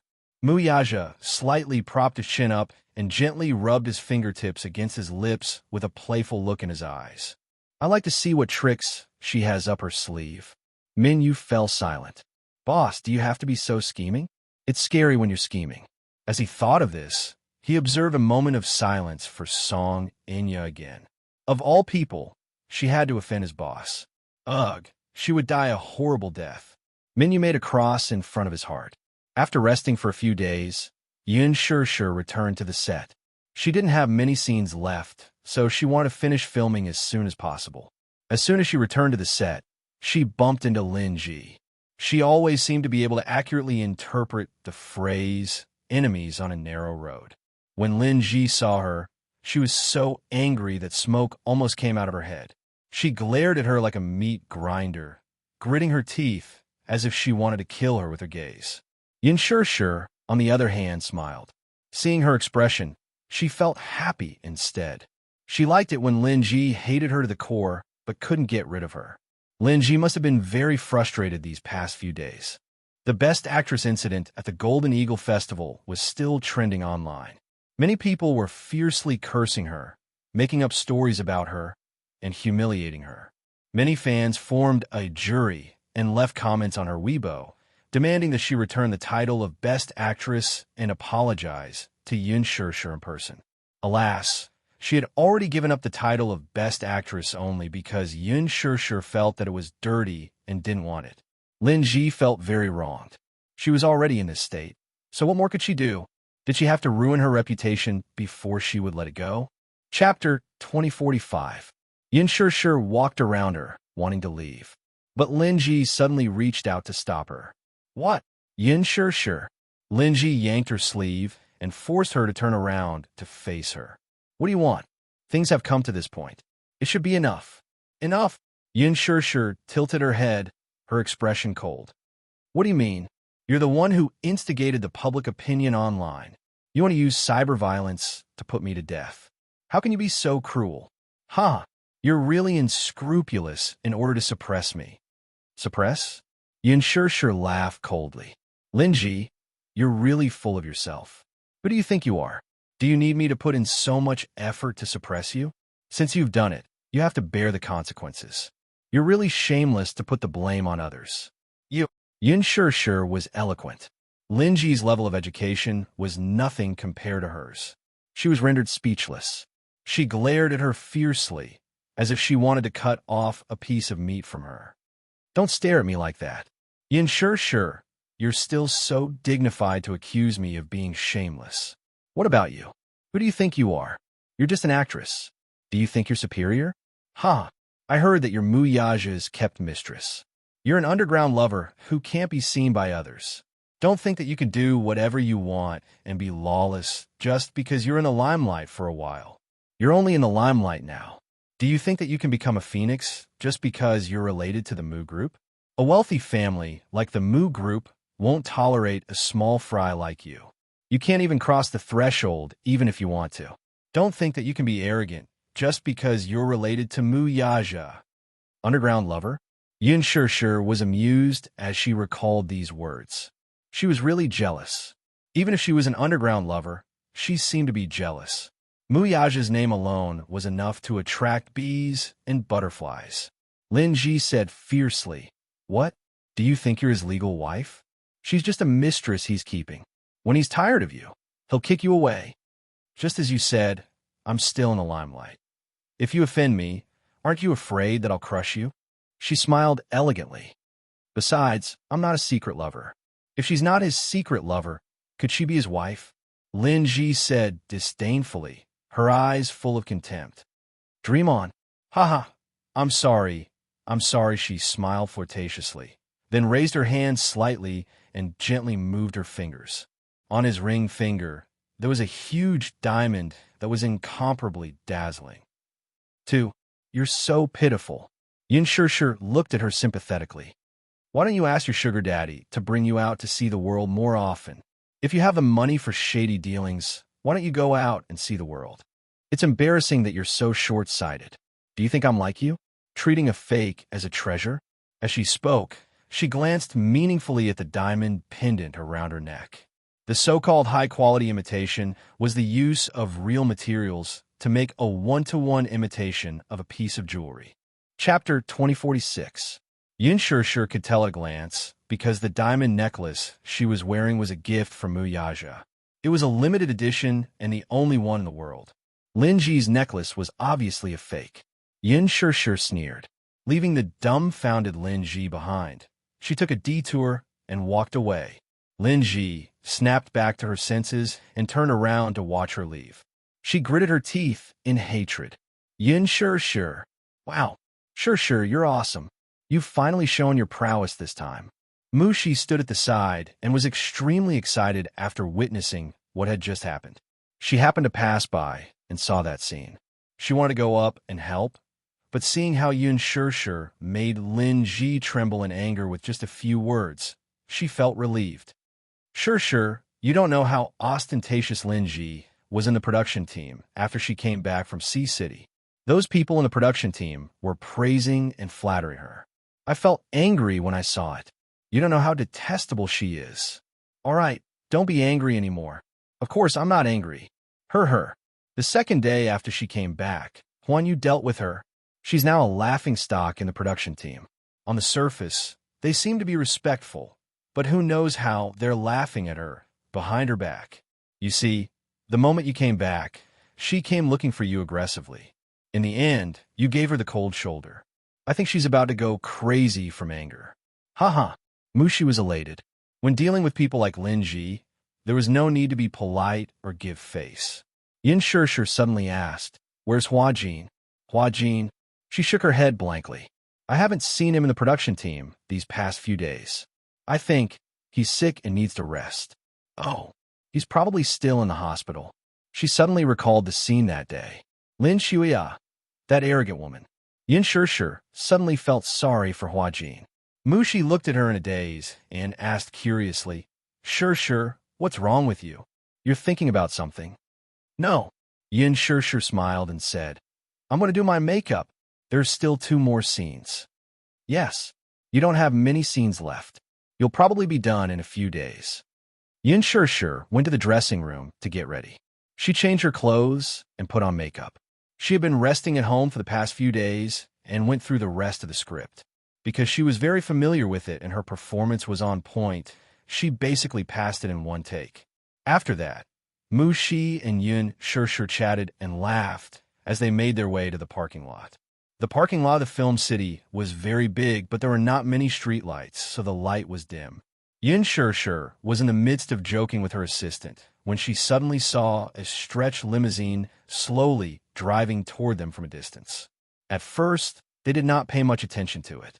It was only when the limousine drove toward them and stopped in front of them that Yin Shishir reacted abruptly. After the limousine came to a steady stop, the door opened and a few men in black alighted. They eyed them covetously. Mushi immediately raised her guard and looked at them warily. She asked coldly, Why are you stopping the car here? Who are you? Yin Shishir. A woman's cold voice came from the limousine. Yin Shishir looked in the direction of the voice and saw an elegantly dressed woman alighting from the car with the help of someone. She recognized the woman in front of her at a glance. Mushu Min. Chapter 2047. He. How have you been? Mushu Min sneered and took a few steps toward her. However, Mushi realized that this woman's legs seemed to be sluggish, as if she had suffered some injury, for it was strenuous for her to walk. Yin Shishir suddenly recalled that, on the day of the engagement ceremony, Mushu Min had come to the scene to provoke her. In the end, she was beaten to a pulp by Gong Jie's men. She had probably never suffered such humiliation in her life, so she must be bearing a grudge against her. Now, she had brought people here to cause trouble. They were probably here to get back the face they had lost on the day of the engagement ceremony.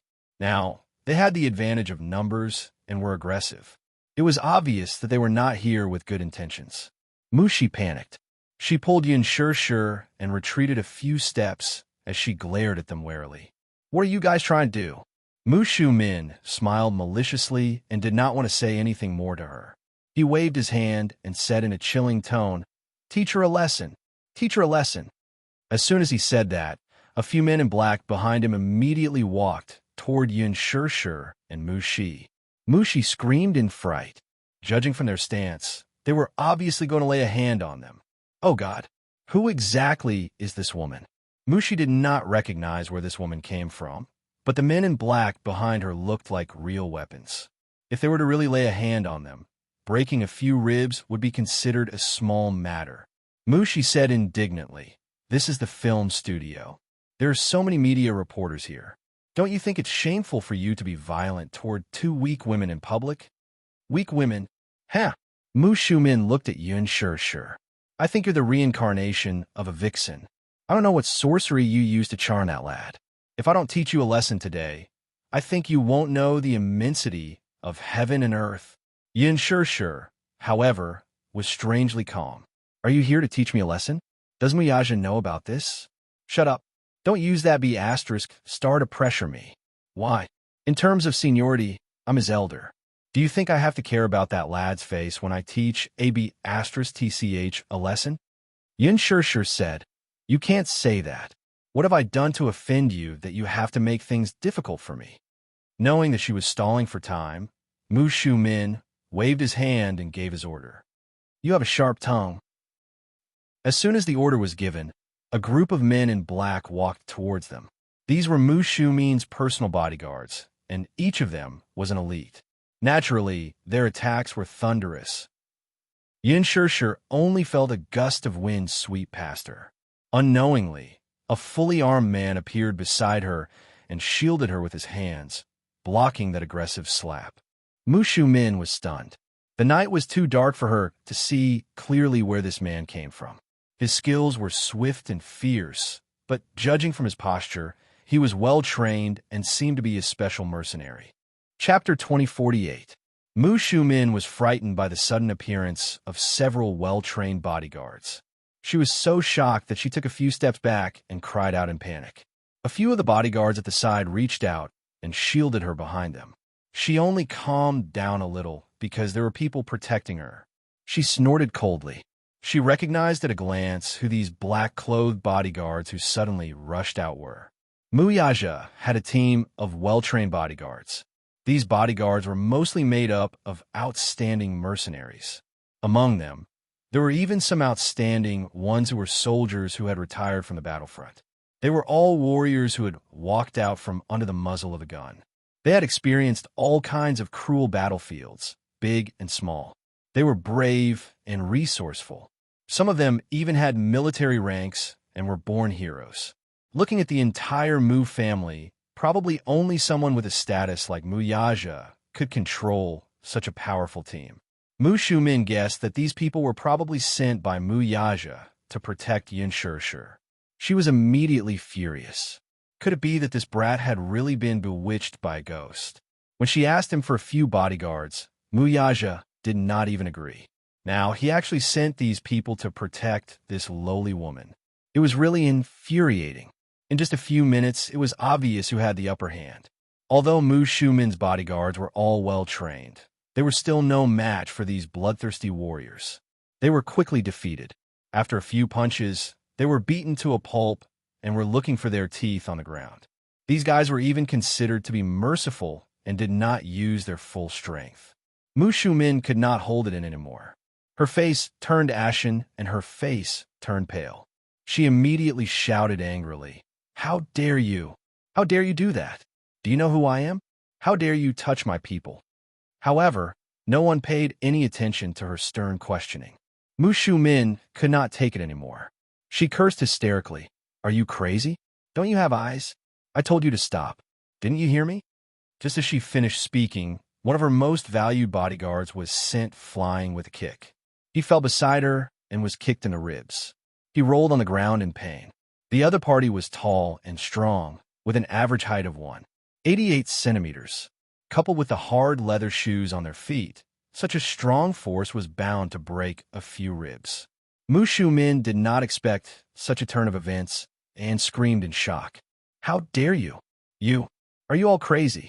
Are you guys crazy? I'm Yaja's aunt. All of you stop. Mu Shi, who was standing beside Yun Shirshir, was shocked by her words. Because she was not. Yin Shishir had Mu Yaja's support, but she did not have a big shot to take care of her. How could she dare to offend her? She could not afford to offend her. A man in black from the other party stared at her with a sharp gaze. A cold glint flashed across his eyes. He was unusually fierce, like a beast eyeing its prey. His aura was terrifying. Mu Shumin was so frightened that she retreated to the side of the car. She trembled in fear from the man's terrifying aura. Chapter 2049.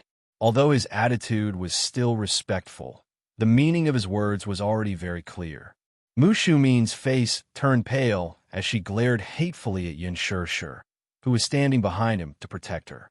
She only saw the latter standing expressionlessly at the same spot and looking at her calmly. This only made her feel even more resentful. When she heard what he said, she gritted her teeth. This brat's soul had been stolen by this woman. She was his elder. For the sake of a despicable woman, he dared to go against her and beat up her men. She was furious. However, now that the other party's men were all present, she knew very well that, at least for today, she would not be able to do anything to Yin Shishir. Ever since the incident at the engagement ceremony, she had been recuperating for almost a month. Now, her injuries had not healed and she had broken a few bones. Even walking a few steps was difficult for her. After returning to the Mu residence, the more she thought about it, the angrier she became. Hence, she was determined to teach this arrogant woman a lesson. Mu Shumin had mentioned this to Mu Linfeng, but Mu Linfeng had chastised her. Are you crazy? Don't you know Yin Shishir's identity? Her younger brother is the chief commander of Hurricane Group, Gong Jie. Do you know the family behind Hurricane Group? That's the Gong family. If you want to go against her, you're going against the Gong family. If you do anything to Yin Shishir, the Gong family will not sit back and do nothing. The Gong family? Mu Shumin clearly knew very little about Gong Jie. Mu Linfeng sneered. If you'd put in more effort, you wouldn't have been led by the nose by that brat. Mu Shumin was indignant. The engagement ceremony was an accident. If she had brought enough men with her, she would not have been afraid of the Gong family. However, she was more or less in awe of Mu Linfeng's words.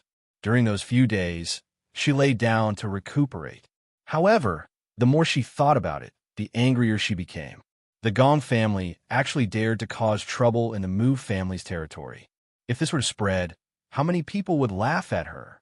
Mu Shumin could not take this lying down. Hence, when she heard that Yin Shishir had been filming for the past few days, she gathered a group of men and was determined to show her authority as an elder. She would never acknowledge Yin Shishir as her niece-in-law. Look, she had not even stepped into the Mu family's doorstep, but she was already so arrogant. How could she tolerate it? They hadn't even officially married into the family, yet he was already giving her such a big face. He didn't take her seriously at all. What would happen if she let her niece into the family? She could not make any decisions on Mu Yaja's side. She could only watch as Yin Shishir was spoiled by that disappointing nephew of hers. How could she tolerate it when she was so arrogant? However, at this moment, she was once again rebuffed. If Mu Shumin did not care about her reputation and the men protecting Yin Shishir, she would have lost control and rushed forward to give her a few slaps. Good, good, haha. Yin Shishir, you're really something? Mu Shumin could not take it anymore and cursed a few more times. Chapter 2050. Aunt Shumin, have you recovered from your injuries? Instead of recuperating at home, why are you looking for trouble? I advise you to hurry up and leave. Don't make a fool of yourself here. Don't call me aunt. I won't acknowledge you as my niece-in-law. Don't even think about it. Mu Shumin was aggressive and determined to give her the greatest humiliation. Alas, Yin Shishir did not buy it. With a smile, she said, I'm calling you Annie on account of you being Yaja's aunt, so I'm giving you face. You can't blame me for not giving you face, can you? After pausing for a moment, she smiled arrogantly. Coincidentally, I don't want to acknowledge you as my aunt, either. Calling you that makes me uncomfortable. Mu Shumin gritted her teeth in anger, but this young lady had sharp tongue. Let me advise you, don't embarrass yourself here and don't be an eyesore to me. Mu Shumin was so angry that she could not calm down. Her chest throbbed with pain. She waved her hand and ordered, "Humph. Let's go." Yin, sure, don't be too smug. Don't think that you can do whatever you want just because you have that rascal protecting you. I'm warning you. The Mu family is not a place where you can step into as you wish. With me around, don't think that day will come. Oof. With that, Mu Shumin got into the car angrily. The car started and sped off.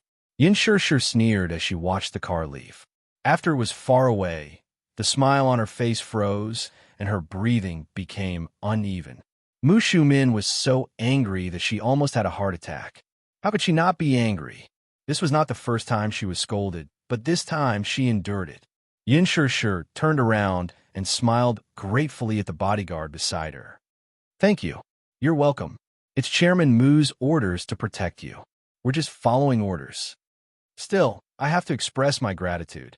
Yin sure smiled and asked, "Where did you guys come from?"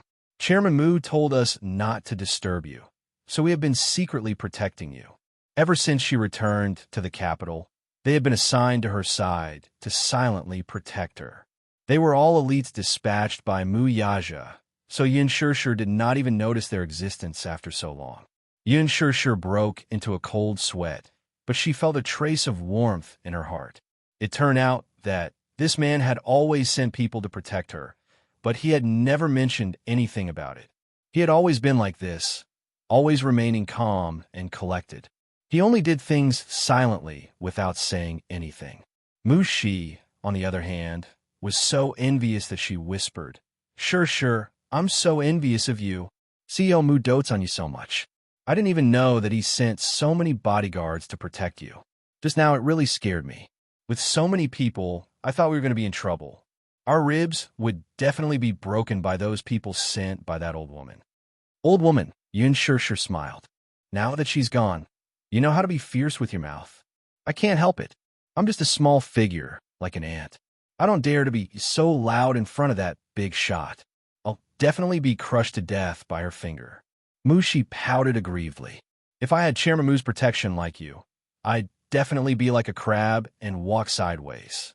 "Crab? What kind of adjective was that?" Yin sure did not know whether to laugh or cry. "Enough. Don't sulk. It's getting late. Let's go back." Chapter 2051.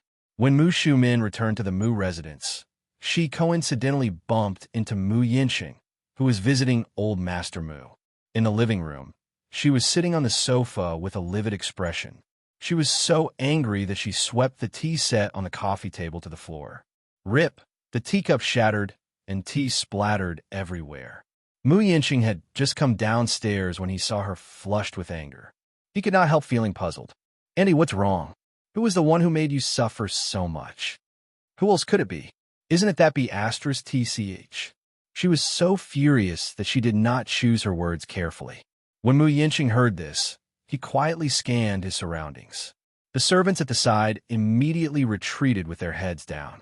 When only Mu Yinxing and Mu Shumin were left in the spacious living room, Mu Yinxing sat down beside her and gently caressed her back as he coaxed. "Auntie, don't be angry anymore. Tell me what's wrong, Auntie. What's the use of telling you? Can you stand up for me? Can you help me teach her a lesson? You can't even beat that rascal Yaja. So what's it to talk about?" Mu Shumin hated him for being a disappointment.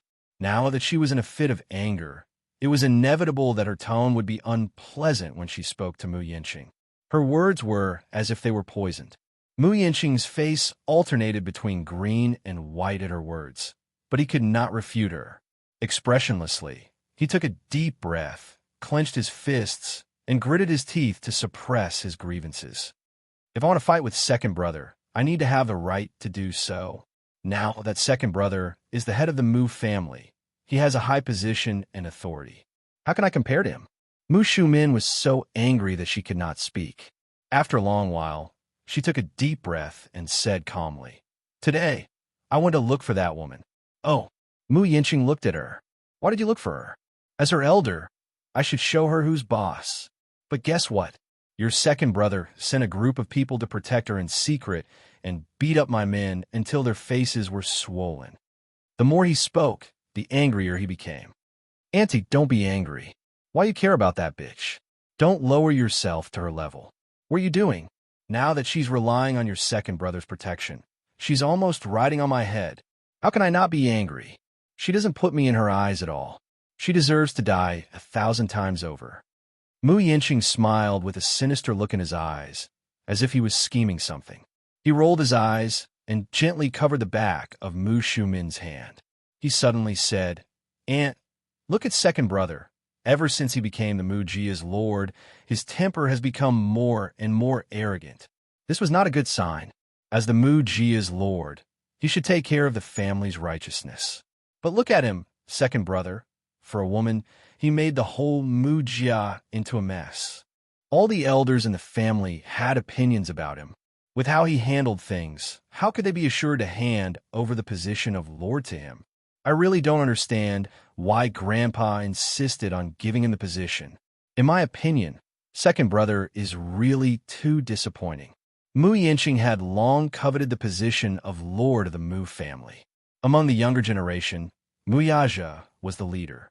Whether it was in terms of ability or talent in business, at a young age, he had extraordinary courage and was quite a leader. Chapter 2052. Mu Yinqing, on the other hand, was different. Although he was not as good as Mu Yaja, the ambition in his bones was quite big. Since ancient times, no one could resist the charm of power. Once one had a taste of being able to call the wind and summon the rain and see those powerful people bow down to him, he could not stop even if he wanted to. Who didn't want to reach the peak and become strong? Although the Mu family was not a royal family, such a family was similar to the royal family in ancient times.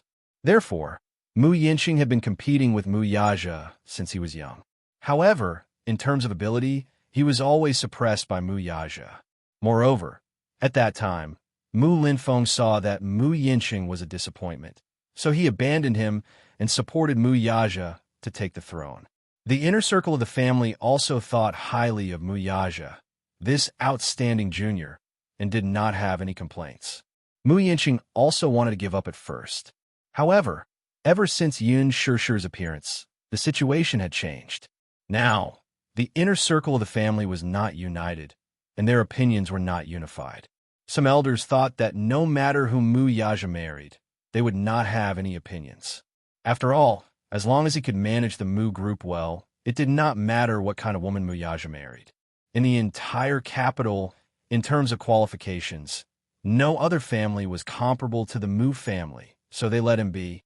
However, some people thought that a woman like Yun Shishir would be a demoness in ancient times. If Mu Yaja put all his attention on such a woman, something would happen sooner or later.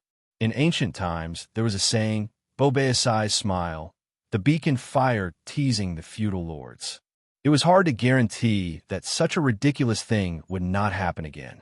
Not to mention other things. After Mu Yaja took the throne, he immediately replaced all the spies that Mu Linfeng had planted around him.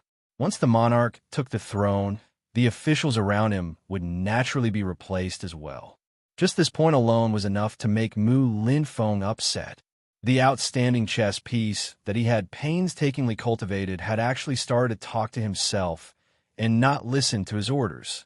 This made him feel an unprecedented sense of crisis. This gave Mu Yinqing an opening. Mu Linfeng was thoroughly disappointed in Mu Yaja now.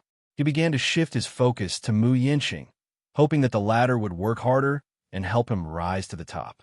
Mu Linfeng had a strong desire for control. Perhaps this was a trait in the Mu family's bloodline. He wanted a family head who was obedient and sensible, no matter how capable he was. However, Mu Yaja's current actions caused him to feel deeply worried. When Mu Shumin heard this, a thought flashed through his mind. Unlike Mu Yaja, Mu Yinqing had always listened to her.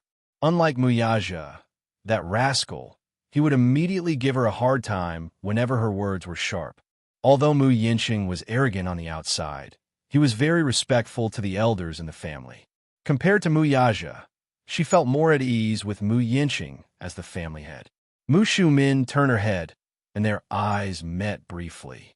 Suddenly, she said, "And is thinking that compared to Mu Yaja, you might be more suitable to be the family head. Your second brother is definitely worrisome and extremely self-centered. After he became the family head, he didn't care about the family's feelings at all. He gets whatever he wants and is lawless. You must know that the Mu family is so big that he can't do whatever he wants. Mu Shumin spoke her mind. The grievances that she had been suppressing for so long were finally vented out regardless of the consequences. Chapter 2053. It seemed that his aunt's dissatisfaction with his second brother had reached its peak. To him, this was a once-in-a-lifetime opportunity. Why not take advantage of this opportunity to push Mu Yaja down from the position of the family head? He was laughing in his heart, but there was a hint of bitterness on his face. Suddenly, he frowned and sighed. I also want to. It's not that I covet the little bit of power after becoming the family head. The main thing is that I'm really disappointed in my second brother. So what if the Mu family is powerful? If he marries a broken shoe into the family, who knows how many people will laugh at him? The Mu family's century-old reputation can't be ruined in his hands. If it were me, I would definitely obediently follow my second uncle's arrangements and marry someone of equal social status to win back the family's reputation. He had the intention to gain Mu Shumin's favor. When Mu Shumin heard this, she felt gratified. If Mu Yaja had the slightest bit of obedience from Mu Yinqing, she would not have to suffer so much. Before she could say anything, Mu Yinqing suddenly shook his head and said, "What a pity! I'm just a concubine's son, and my second brother is the legitimate son. It's only right for him to take that position, but what about me? Even if I'm hot-blooded, I can't compare to the noble blood flowing in his body. I think there's no hope for me." As he said this, Mu Yinqing lowered his head in loneliness, and his face was full of disappointment. When Mu Shumin heard this, she felt a little heartache. Immediately, she expressed her dissatisfaction. What legitimate son or concubine's son? We're all of the Mu family's blood, so isn't it the same no matter who becomes the family head? Don't belittle yourself too much. Aunt, I'm not belittling myself, but what did those elders say at that time? They said that my second brother's ability is extraordinary, and he's the legitimate son. Since ancient times, whether it's the royal family or a big family, it's always the legitimate son who inherits the family. What about me? It's a pity that I don't have my second brother's fortune, sigh. She let out a long sigh, which made Mu Shumin feel very uncomfortable. Annie, look, second brother doesn't even put you and second uncle in his eyes. Not only did he replace all of your people with his own people, in this Mu group, how many words can you and second uncle say now? They didn't even look at the shareholders' proposal and directly rejected it. They didn't give them any face at all. It doesn't make sense. I really feel sorry for you. What's the difference between second brother and an ingrate? As he said that, he slammed his fist on the coffee table. Bang! He sounded indignant. Preposterous. The more Mu Yinqing added fuel to the fire, the more indignant Mu Shumin felt. It would have been better if he had not said that. Now that he mentioned this matter, Mu Shumin was so angry that he could not control himself. Your second uncle and I are to blame for being blind back then. I actually thought he was the most suitable candidate for the position of patriarch. It's all my fault. It's my fault. Mu Yinqing sneered and said, "Let's wait and see. When he loses the support of the family, let's see what waves he can stir up. Yinqing, you have to work harder. I'll discuss it with your second uncle later and see if we can support you to become the patriarch." Mu Shumin said so. Mu Yinqing was overjoyed. He was pleasantly surprised that Mu Shumin could say such words. What he wanted was Mu Shumin's words. These words were more reassuring than 10 pills of reassurance. Mu Shumin should not be underestimated. He still had a certain reputation and status in the family. Chapter 2054. Mu Shumin pondered for a while and suddenly sighed. However, don't underestimate your second brother. Think about it. When he was young, he avoided countless disasters in the family. Now that he has inherited the family's power, it's obvious that he's not a kind person. His means are not something that someone of your level can go against. Don't provoke him if you don't have the right time. Now, your second uncle and I are more or less afraid of him, so don't mess around. Mu Yinqing nodded. Auntie, you know that I don't like to stir up trouble. What you need to do now is to become stronger than him. Your second uncle and I will start by persuading a few elders in the family. Yinxing, if you do well, your second uncle and I will definitely lend you a helping hand. Mu Yinxing was overjoyed. However, even though he was overjoyed, he still maintained a calm and collected expression. Yes, Yinxing really doesn't deserve Annie's high regard. However, Yinxing will not let Annie down and will definitely work hard. If I have the chance to inherit the family's power, I will definitely do my best and make the Mu family stronger. Yinxing, I'm very pleased to hear your words. Mu Shumin smiled, but he also had other thoughts in his heart. What she wanted now was an obedient puppet. She was still hoping to leave the position of the head of the family to her son. Mu Yinxing was sensible and obedient. When the time came, when he abdicated, there would definitely be a chance. The two of them remained silent, but each had their own ulterior motives. After half a week of rushing filming, Yin Shishir's scenes were successfully completed by the weekend. On the day of the completion of filming, Hua Jin returned to the capital from Sea City and returned to the set. Yin Shishir's scenes were completed, and the script was more than halfway done. Gu Xiaoyang was in a good mood, so he specially ordered a huge cake to be prepared. That night, he magnanimously booked a large private room in the hotel to celebrate it. Yin Shishir saw that Hua Jin had returned to the set. The stitches on his wound had been removed, and he was just like before. He still had that arrogant attitude, as if nothing had changed. The only thing that had changed was that he seemed to be a little colder towards her than before. When he saw her, he nodded slightly and smiled. He didn't talk much. He didn't mention anything about what had happened in the past few days. She originally wanted to show her concern for Lin Shuya, but seeing Hua Jin's distant and indifferent attitude, she dismissed the idea. He seemed to she had changed a lot. He was still indifferent to others. Could it be that he was wary of Lin Shuya? So he kept a distance from her? Yin Shishir was upset. She wholeheartedly wanted to help Hua Jin break away from that circle and Lin Shuya's control. She could tell that Hua Jin hated Lin Shuya from the bottom of his heart and wanted to get rid of her control. However, he was more afraid of her than hate. He didn't know how much power the Lin family had to make him tremble in fear. He was probably afraid of implicating her.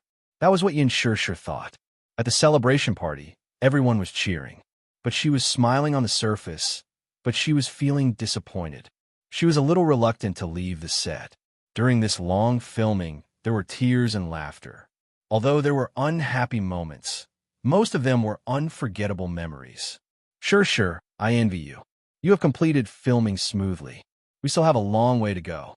A supporting actress in the set said enviously. Chapter 2055. Her role was a thankless one. When the TV series was broadcasted, the audience would definitely hate her and wish for her death. Once it was broadcasted, her Weibo would surely be attacked. This role was really a thankless one. Not only did she harm the female lead, but she also stole the male lead. She was shrewd and scheming, making her a very vicious supporting character. When she first read the script, she was furious, but more than that, she was excited. To be able to take on such a difficult role was really exhilarating. Of course, she was also prepared to receive all kinds of criticism. Mushi snorted and lowered her voice to Yun Shishir. It's so unfair. Lin Ji is clearly the most suitable for such a vicious role.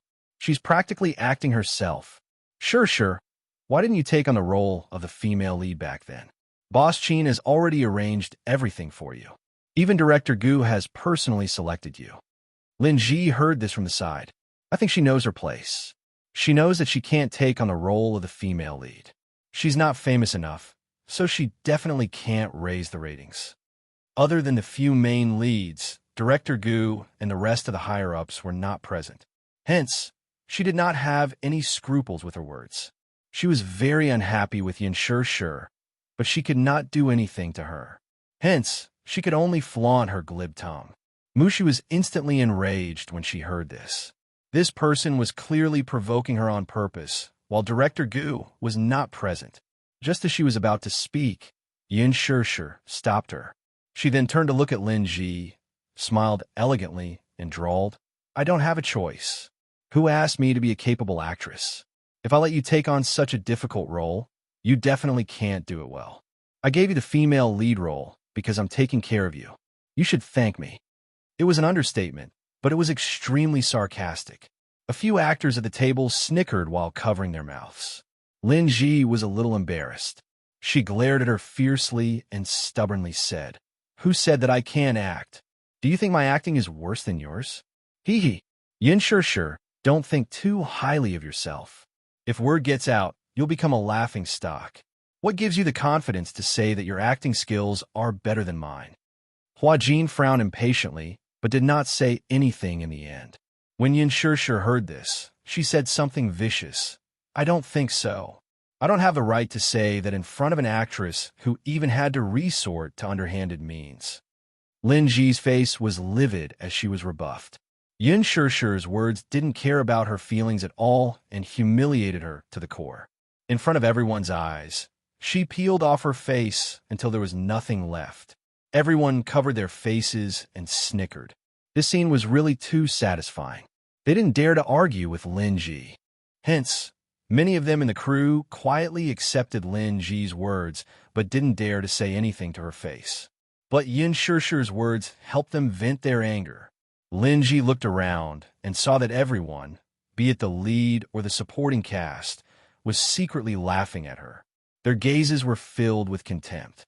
She instantly felt like she was sitting on pins and needles. She felt that she had lost all her face. In the past, she didn't realize that Yin Sure was so sharp-tongued. She was probably picking on her soft spot to step on. Chapter 2056. Thus, Lin Ji endured the humiliation again and again. However, she also learned to be obedient and did not dare to provoke him again. Hua Jin glanced at her and then silently retracted his gaze. He casually picked up the teacup and took a sip. He frowned and spat it out on the plate.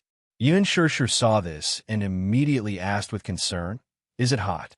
Hua Jin shook his head, but his attitude was a little indifferent.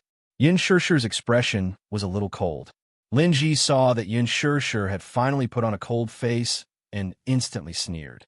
Unexpectedly, as soon as she sneered, Hua Jin glared at her coldly. Almost in the next second, the slightly hot teacup in his hand was fiercely thrown at Lin Ji. Lin Ji was suddenly splashed all over. It was so hot that she screamed and immediately stood up. She hurriedly patted the tea off her body and shook her clothes while crying. Even though she was nimble, the skin under her clothes was still scalded red. Hua Jin violently threw the teacup on the floor. With a crack, the teacup broke into pieces. Everyone was frightened by his sudden anger and instantly fell silent. They did not dare to breathe loudly. Yin Sure was also stunned. She did not expect the situation to develop like this. However, Hua Jin's expression was incomparably cold as he said coldly, "Don't show me that face." "Hua Jin," Lin Ji cried pitifully, "what are you trying to do? You want to disfigure me, don't you?" "Disfigure you?" Hua Jin laughed contemptuously. "If I wanted that cup of tea just now would not have just splashed on you." When Lin Ji heard this, she was so shocked that she broke out in a cold sweat. Hua Jin had been merciful just now, but only splashed on her body. If the angle was a little more extreme, it would have splashed on her face. Lin Ji was so angry that her whole body trembled. Fortunately, most of her winter clothes were thick. Even if she was scalded a little, it was not to the extent of blisters. If it had been summer, then her chest would have been ruined. In the future, no matter what event she attended, she would basically say goodbye to the sexy gown. However, being splashed with tea in public was a great humiliation. Lin Ji bit her lip, tears welling up in her eyes. She choked on her sobs. Why are you doing this to me? What did she say wrong? She didn't even say anything. All she did was unconsciously sneer. She was just watching a joke, yet she was treated like this. However, Hua Jin's lips curled into a mocking smile. His eyes were filled with flirtatious feelings. "No reason. I just don't like you." What did he mean by not being pleasing to the eye? He changed his appearance to protect Yin Sure. On what basis? Why did she have so many people protecting and doting on her? Lin Ji was so angry that she was at a loss for words. She stomped her feet, and her assistant immediately stepped forward to calm her down.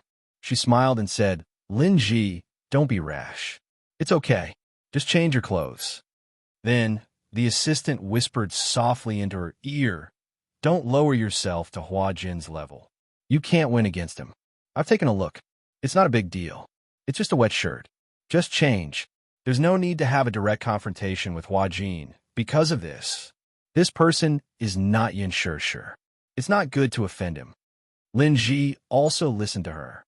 She wiped the tears from the corners of her eyes, turned around, and followed the assistant to the bathroom. Chapter 2057. 10 minutes later, Lin Ji returned in a new set of clothes, but she did not look too good. Several producers, executives, and director Gu arrived one after another. With these big shots holding the fort, Hua Jin restrained himself. He knew how to judge the situation, and so did Lin Ji. As if she had not experienced the unpleasant scene earlier, the atmosphere gradually warmed up. After taking a family photo and taking photos with the main cast, the celebration party came to an end. Yin Shishir and Mu Shi were chatting casually on their way to the parking lot when a hand suddenly reached out from the darkness and pulled her in after turning a corner. Startled, Mu Shi looked over and saw Hua Jin standing in a corner, holding Yin Shishir's hand and raising his finger to signal her to keep quiet. Mu Shi, I have something to tell Shishir. Can you leave us alone? Hua Jin's attitude was still polite. Mu Shi asked for Yin Shishir's opinion, and when she saw the latter wave her hand, she tactfully left. Yin Shishir turned to look at Hua Jin, only to see him looking guilty. His eyes were no longer as cold as before and were now as gentle as water. I'm sorry for making you suffer. Hua Jin, what's wrong with you? You seem to be much colder after coming back from Sea City. Did I get in your way? No. Hearing her say this, Hua Jin's heart ached, and he immediately explained, I can only be so cold to you. Is it because of Lin Xueya? Yin Shishir was suspicious. Hua Jin nodded solemnly and said in a suppressed voice, the production team is now filled with her spies. I can't be too close to you. If she finds out, it will bring you a lot of trouble. I don't care. Yin Shishir, however, was nonchalant. I only treat you as a younger brother, just like how you treat me as your sister and family. We won't have any ambiguous relationship. She doesn't think so, though. Hua Jin paused and said casually, Shishir, I'm not worthy of your kindness. Not worth it. Yin Shishir chuckled. How can a person who is willing to risk his life to save me not be worth it? Hua Jin's heart warmed as he was deeply touched. He took a deep look at her, and a touched expression appeared on his face. Sure. She wanted to say something, but stopped herself. Hua Jin looked at her with a complicated expression and then smiled gently. Congratulations on wrapping up. Yes. After the two of them parted ways, Yin Shishir sat in the car and looked out the window at the constantly passing street scenery, but she felt lost. Mu Shi cautiously asked, what did Hua Jin say to you just now? He didn't say anything. Oh, Mu Shi was silent for a while before suddenly saying, Hua Jin is actually quite pitiful. Mu Shi's heart ached. Look, even though he has a sugar daddy supporting and pampering him, he doesn't even have basic freedom. He is like a canary trapped in a cage, elegant and beautiful, but his body is shackled, lonely and helpless. Yin Shishir was speechless for a moment, but she did not say anything in the end. It was nearing the end of the year. It was rare for Qin Zhou to give her an early holiday. There was still more than half a month to the new year, but she was already prepared to rest. In fact, many gala organizers had sent invitations to Yin Shishir.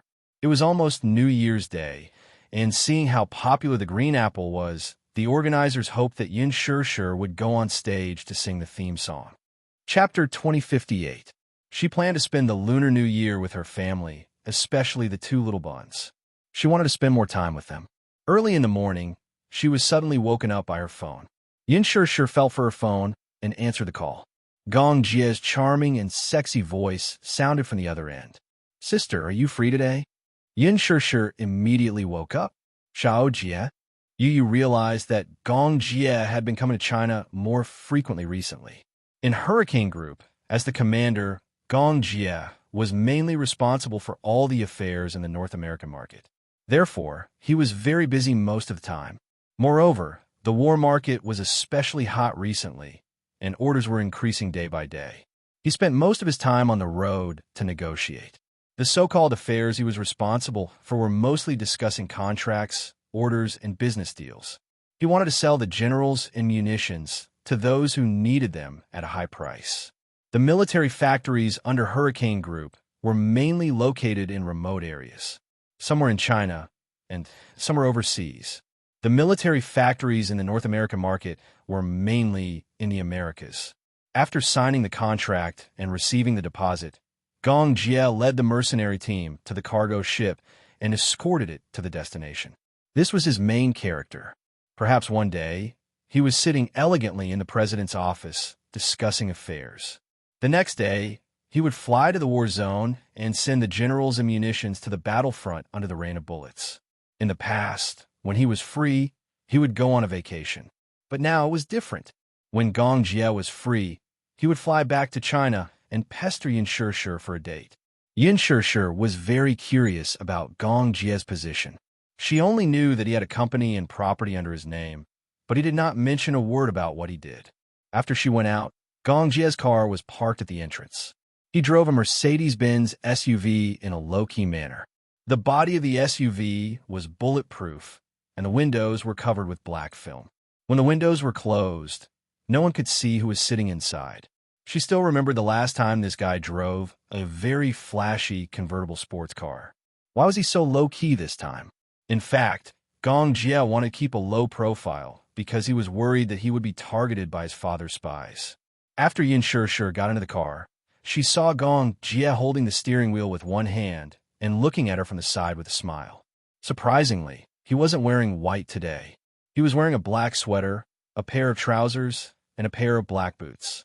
It was rare to see him wearing black clothes and a pair of sunglasses. At first glance, he looked extremely handsome and cold. It turned out that white was not the only color that suited him. He was dressed in black and had an arrogant temperament, revealing a trace of noble elegance. Yin Shishir got into the car and closed the door. Gong Jie looked at her deeply, suddenly unbuckled his seatbelt, and leaned towards her. A gentle kiss landed between her eyebrows. Gong Jie fastened the seatbelt for her and gently stroked her hair with a gentle gaze. "It's so beautiful today." Yin Shishir's face flushed red at his words. Her mind was in a whirl from his words. She didn't know why, but although this sentence came from her own brother, it made her feel like a young girl in love, and her heart fluttered. Her heartbeat suddenly sped up a little. Yin Shishir said angrily, "Little Jie, are you trying to make me feel like I'm in the car? Tell me, do you have a favor to ask of me?" Chapter 2059. He snorted proudly. "You don't like to hear the truth?" Yin Shishir lowered her head and blushed even more. Gong Jie was amused by her bashful look and couldn't help but reach out to tuck her hair behind her ear. "My sister is beautiful. This is an indisputable fact. Whoever dared to deny, it would be shot dead by him." "All right." Yin Shishir didn't know whether to laugh or cry. This rascal had been very clingy since he was young. Now that he had grown up, he hadn't changed at all. "Where do you want to go?" Gong Jie stepped on the accelerator and turned the steering wheel, but he couldn't think of a good place to go. In fact, he had asked her out because he missed her. No matter where he wanted to go, she would accompany him. Some time ago, he had been sent to the Middle East to negotiate an order and was in a terrible fix. After settling that matter, he wanted to have a good gathering with her. However, he couldn't think of a good place to go. "Are you hungry?" "Yeah, a little." Yin Shishir rubbed her stomach. She had slept in today and didn't eat breakfast. Hence, her stomach was growling now. "Let's go eat something then." The car drove all the way to the city center. However, just as the car was parked in the basement, Gong Jie discovered a tragedy. He didn't seem to have his wallet with him. After fumbling around for a long time, he found a few US dollars. He was instantly embarrassed and looked at Yin Shishir in embarrassment. He asked quietly, "Sister, did you bring your wallet?" Yin Shishir fumbled around for a while and also found a tragedy. She took out a $100 bill awkwardly. "Is it enough for a big meal?" The two of them were silent for a minute as they looked at each other.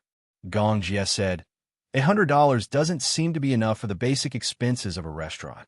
Yin Shishir was speechless. At that moment, Yin Shishir's stomach growled. In this awkward atmosphere, it added a sense of desolation. Gong Jie touched the bridge of his nose.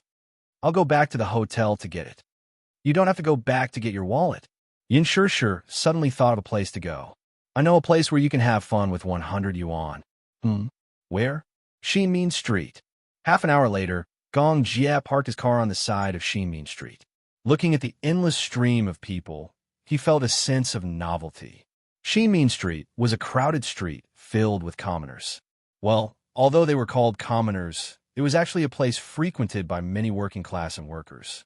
There were many small restaurants and snack bars here, as well as many small department stores and dollar supermarkets. There were malatang, Lanzhou ramen, and home-cooked dishes. Most of the customers here were students and office workers from the Xinmin Street area. At noon, the place was bustling with activity. In such a civilian food street, a shiny Mercedes-Benz SUV suddenly drove into it. As expected, it attracted everyone's curious and amazed eyes. Yin Shishir suddenly felt that she was like a national treasure in a zoo being surrounded by people. What was depressing was that Xinmin Street was targeted at students and office workers. Young Master Phone wandered around for a long time, but still couldn't find a parking spot. There was a hospital closest to Xinmin Street. Yin Shishir suggested that they park in the hospital parking lot nearby. Do you eat spicy food? Gong Jie said, up to you. Yin Shishir cheerfully suggested that they eat malatang for lunch. She was a little spicy and was afraid that Gong Jie would not be able to adapt to such a down-to-earth snack. Chapter 2060. Gong Jie lived like a prince, so he must have never eaten a snack like malatang before. She thought that he would refuse, but he actually nodded in agreement.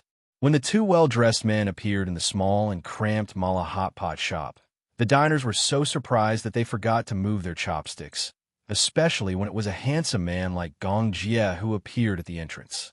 Everyone thought that their eyes were playing tricks on them. These two people didn't look like people who would come to a place like this, right? Or did they just want to experience life on a whim? Especially the employees working at the counter in the nearby shopping mall. They looked at Gong Jie in amazement and whispered softly, "Look, that man is so handsome. He's more handsome than many of the celebrities on TV. Could he be a real celebrity? I think he has a noble aura, like a rich young master." Gong Jie's exquisite and devilishly handsome face instantly attracted everyone's attention. There were also many female students eating in the snack bar. They were all mesmerized by his devilishly handsome face, and all of them were looking at him in amazement. However, he turned around as if he didn't see them. He sat down on a short seat, took a handkerchief, and carefully wiped the table carefully. Yin Shishir had just taken the basket and was about to pick the dishes when she heard Gong Jie politely say, "Boss, give me a serving of malatang." Everyone and the lady boss were speechless. It was obvious that this young master had never eaten malatang before. Yin Shishir held back her laughter and said, "Shao Jie, this is not how you eat malatang." Gong Jie raised his eyebrows in confusion. Yin Shishir took the basket and explained as she took the dishes, "Just order whatever you want to eat, and then put in the pot together." Gong Jie lazily propped up his chin and said coquettishly, "Order one for me. Do you like everything I order? As long as it's ordered by you, I'll finish it." Everyone looked at Yin Shishir with envy. Yin Shishir instantly felt prickles on her back. It seemed like, had she and little Jie been misunderstood as a sweet couple? Yin Shishir shrugged helplessly. She took 2 baskets and glared at Gong Jie from behind. Gong Jie, on the other hand, sat obediently in his seat as his gentle gaze remained fixed on her. At this time, 2 little girls walked in from outside the door. They saw the elegant man sitting in the corner. They tugged at each other's sleeves and whispered to each other, "Oh my God, so handsome, so handsome." Yin Shishir happened to catch the whispers. She turned her head coolly and saw the 2 girls running over happily. When they reached Gong Jie's side, they wanted to sit down. Gong Jie retracted his gentle gaze and saw someone sitting beside him. His gaze immediately turned cold. "There's someone here." The little girl looked at his face in a daze and didn't understand. "Handsome, what did you say?" "I said get lost." These 3 words were merciless arrogant, and cold. The two girls were instantly petrified. Their hearts were broken. A woman at the side kindly reminded, "Young lady, this seat is taken. It's this handsome guy's girlfriend." Girlfriend? Gong Jie raised his eyebrows. He was a little surprised that he was misunderstood, but he didn't correct her. Yin Shishir didn't hear this. She took the dishes and handed them to the boss. At this time, Gong Jie was very curious as he fiddled with Yin Shishir's phone. Chapter 2061. There was a passcode on the phone, but even so, it was not a problem for him. After cracking the passcode easily, a wallpaper appeared before his eyes. The wallpaper was a photo. In the photo, Yin Shishir and Yu Yu's heads were leaning against each other as they smiled at the camera. Xiao Yiqin naughtily popped his head out to steal the spotlight. Gong Jie suddenly frowned. Selfie. Women seem to like to take selfies. Out of curiosity, he clicked on a selfie app, Facebook. The lens popped up, and his exquisite handsome face appeared on the screen. He curiously clicked on a decoration, and suddenly, a cat's nose grew on his face. A few wispy whiskers grew on his head, and two cute cats' ears grew on his head. His eyes were instantly enlarged by a circle. His originally arrogant and cold appearance, at this moment, actually looked very cute in the beauty camera. He fiddled with the app excitedly and imitated Yu Yu's expression. He proudly puffed up his mouth and took a selfie. However, this cute expression was not as natural as Yu Yu's. It was awkward no matter how one looked at it. Gong Jie deleted the selfie and faced the camera again. He pouted and took another selfie. Click. Add more spicy food. The spicier, the better. Yin Shishir's eyes shone as she stared at the bowl of malatang filled with spicy paste. It had been a long time since she had spicy hot pot. Today was going to be a good day. She was determined to let Gong Jie experience the true essence of spicy hot pot. Yin Shishir turned around and walked to her seat. She happened to see Gong Jie imitating Yu Yu and making a V gesture.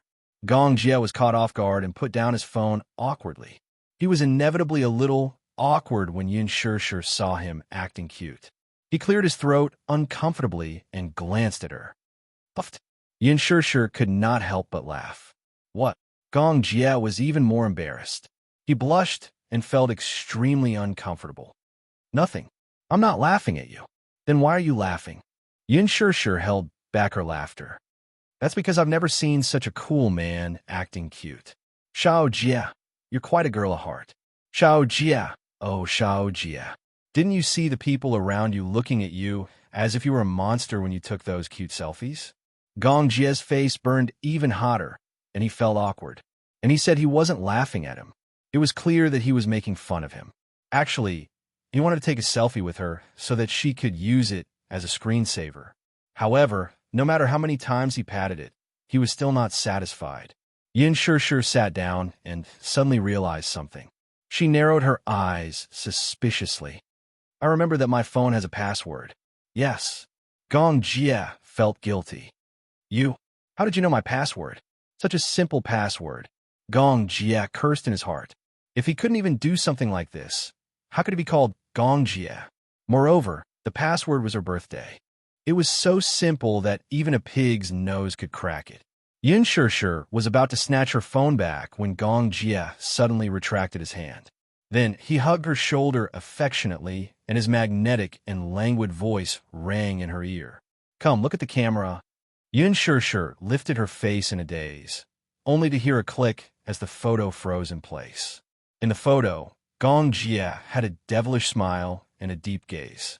She, on the other hand, had a blank and dazed expression. It was obvious that she was caught off guard. However, Gong Jie felt that her expression was extremely cute. He was satisfied, and his lips curled into a charming smile. He finally had a photo of the two of them.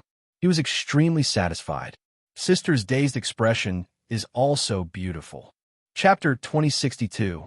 Yin Shishir was dumbfounded as she watched him skillfully swipe the screen and replace the selfie she had taken with the two little guys. This guy, you're not allowed to change the wallpaper. Or else. Gong Jie raised his eyebrows threateningly. I'll be sad. Yin Shishir's lips twitched before she smiled and said, Xiao Jie, it's a crime to act cute. Gong Jie was speechless. The boss quickly served the hot and spicy soup. Gong Jie looked down and felt his scalp go numb. He saw kelp, bacon, and wingtips in a medium-sized bowl. What made him gasp was that Yin Shishir had filled it with spicy food for him. From afar, it looked fiery red and looked very spicy. Gong Jie looked up meaningfully and glanced at her. Yin Shishir felt his scrutinizing gaze and turned her face away guiltily. Not to mention that he didn't eat spicy food. Even someone who was used to spicy food wouldn't be able to stand it. Seeing Gong Jie's expression, the boss didn't know what was going on and only praised. "Handsome, you can eat spicy food. I've never seen anyone who can eat spicy food like you." Gong Jie was speechless. Yin Shishir said mischievously, "Miss, I wonder if you like the dishes I've chosen? You said before that you'll definitely finish the dishes that I've chosen." When the boss heard this, he was a little surprised. "Your siblings? Yeah, can't you tell?" The boss looked at the two of them a few times before he smiled knowingly. "You look alike. I can tell at a glance. But seeing how gentle your brother is towards you, I thought you were his husband. You look like a married couple." "Boss, you've misunderstood. He's my brother. Your brother can eat spicy food. There's so much spicy food that it's pungent." The boss was still full of admiration. Yin Shishir glanced at Gong Jie and raised her eyebrows. "Xiao Jie, why don't you try it? Numbing, spicy, scalding. What did he do wrong for her to treat him like this?" "Little Jie." Yin Shishir pouted and looked at him coquettishly. Gong Jie immediately picked up his chopsticks and poked at the food in his bowl. Then, he picked up the bacon and tasted it. His eyes suddenly turned red. "Spicy. So spicy." Gong Jie's expression tightened as he endured. His face was incomparably ashen, and his cheeks were flushed red. His eyes gradually became moist. Finally, he couldn't hold on any longer and broke down. He covered his face in despair, his aura completely gone. Gong Jie pulled out a tissue in disbelief and covered his burning lips awkwardly. His expression was numb from the spiciness, and his eyes were misty. No matter how he looked at it, he felt wronged. It was as if he was being bullied. Yin Shishir was elated. Her eyes sparkled as she looked at him. She suddenly felt that little Jie was actually very cute like this. She had liked to tease him since she was young. She loved to see him reveal such an innocent and lovable expression. The boss didn't know whether to laugh or cry. He laughed and said, "Handsome, is it spicy? I knew it. No one can eat such spicy food." "Who said so? Let me challenge you." Yin Shishir quickly picked up a piece of vermicelli with her chopsticks and swallowed it with a slurp. It was delicious. Gong Jie was dumbfounded as he watched her swallow a mouthful of vermicelli with ease. She had put more spicy food in her bowl than he did, not less. Watching her swallow a mouthful of vermicelli, his scalp tightened. The boss was also dumbfounded. Yin Shishir swallowed it and felt a wave of satisfaction. She raised her eyebrows and said, "It tastes great." Gong Jie was speechless. The boss was speechless. What was this? Chapter 2063. Eating so spicy. Wasn't he afraid that the spiciness would burn his stomach? Gong Jie watched in silence as tears welled up in the corners of his eyes. Just one look at the red and hot liquid, and he felt unwell all over. Yin Shishir glanced at him. Seeing that he couldn't stand the spiciness, she laughed and turned to plead with the boss. Boss, please, change it to white soup for him, okay? Otherwise, I think his stomach is going to burn up after he finishes this bowl." "Okay." The boss held back his laughter for a long time. Then he took the bowl away from Gong Jie's hand and adjusted the soup base. Gong Jie was still traumatized by the hellish spiciness. He took a sip. Seeing that the soup base was not as spicy as before, he ate gracefully. Yin Shishir watched as he ate with his head lowered. His posture was extremely noble and elegant. Compared to herself, it seemed like she was a little rude. She immediately restrained herself and imitated his posture. Gracefully and respectfully, she finished the entire night of spicy soup. After Yin Shishir walked out of the shop with her round belly, Gong Jie, who was standing at the side, mocked, "What kind of life have you been living for more than 10 years? Huh? What did he mean?" She expressed her doubts with a face full of question marks. You hated spicy food when you were young. Gong Jie recalled their youth. In his memory, Yin Shishir hated spicy food. She couldn't stand it like him. He remembered that once, when they went to eat wontons, he put a spoonful of chili sauce in her soup bowl as a prank. At that time, she didn't know what he was talking about. He lied to her that it was ketchup, so she took a big gulp. In the end, she choked until she was dizzy. She cried because of the spiciness and rubbed her eyes. In the end, her hands were stained with chili sauce. When she rubbed her eyes, her eyelids were red and swollen. She was in extreme pain. Gong Jie was scared out of his wits. He hurriedly coaxed her and hugged her to comfort her. In the end, he carried her home. When Mu Qingchang came back, she saw Yun Shishir's eyes were red and swollen, and his mouth looked like a sausage. She was so angry that she wanted to hang him up and beat him. In the end, Gong Jie was punished to kneel on the washboard. Only then was the matter settled. Now that he thought about it, he found it interesting. However, he was also a little surprised. After more than 10 years, she had changed from a little girl who didn't like spicy food to a terrifying spicy food maniac. How can it be that exaggerated? Yin Shishir smiled. She suddenly turned around and pointed to the opposite side. Do you see the Soho building opposite? Gong Jie looked in the direction she was pointing and nodded. After I graduated from university, I started working there as a clerk. At that time, the salary was very low, only 2,000 yuan a month. Yi took up a lot of my expenses. In order to save money, I often came here to eat. When Yin Shishir mentioned the past, she didn't feel sad at all. In the past, she often came to Xinmin Street because she was short on money. Usually, she would come here during her lunch break. If she was too busy, she would buy a scallion pancake and eat it all the way back to the office. When her work wasn't too heavy, she could leisurely order a bowl of spicy hot pot. It was economical and affordable. She could eat until she was full with just a dozen yuan. In the beginning, she couldn't eat spicy food. However, she remembered one time when she was in a bad mood. Li Qin and Yun Yeqing were divorcing. Coupled with the difficulties in her work, she was in a bad mood. In a fit of pique, she added a spoonful of chili sauce and forced herself to eat it while crying. Chapter 2064. A spoonful of chili sauce became the easiest way for her to vent her emotions. At that time, the boss didn't understand why she was crying and thought that it was because of the spiciness. He advised her, "Don't eat that spicy food. Your stomach won't be able to take it." Yin Shishir smiled with tears in her eyes, but she felt extremely wronged. But now that she thought about it, although those days were tough, they were good memories. At least when she thought about it, she sighed for a long time and found it very interesting. Eating spicy food was also a form of training. Just like life, it would gradually grow with time. Yin Shishir snapped out her thoughts and looked up at Gong Jie. "Shao Jie, I used to come here often. Xinmin Street is very big and there are a lot of fun things to do." Such as? Wait a moment. Let me see our budget. Yin Shishir opened her wallet and flipped through it. $100. After deducting the parking fee of $10 and 2 bowls of spicy hot pot of $28, there were still $62 left. She pursed her lips and smiled. Glancing at him, she winked mysteriously like a mischievous elf. "Shao Jie, I'll take you to play Yu's favorite activity when he was young. Okay?" Gong Jie was a little disgusted and said proudly, "No, it's too childish." You might not be able to play Yu's little games." This method of provocation had always worked on Gong Jie. He immediately said unhappily, "It's a little beans game. Why can't I play it?" Yin Shishir held his hand and smiled mischievously.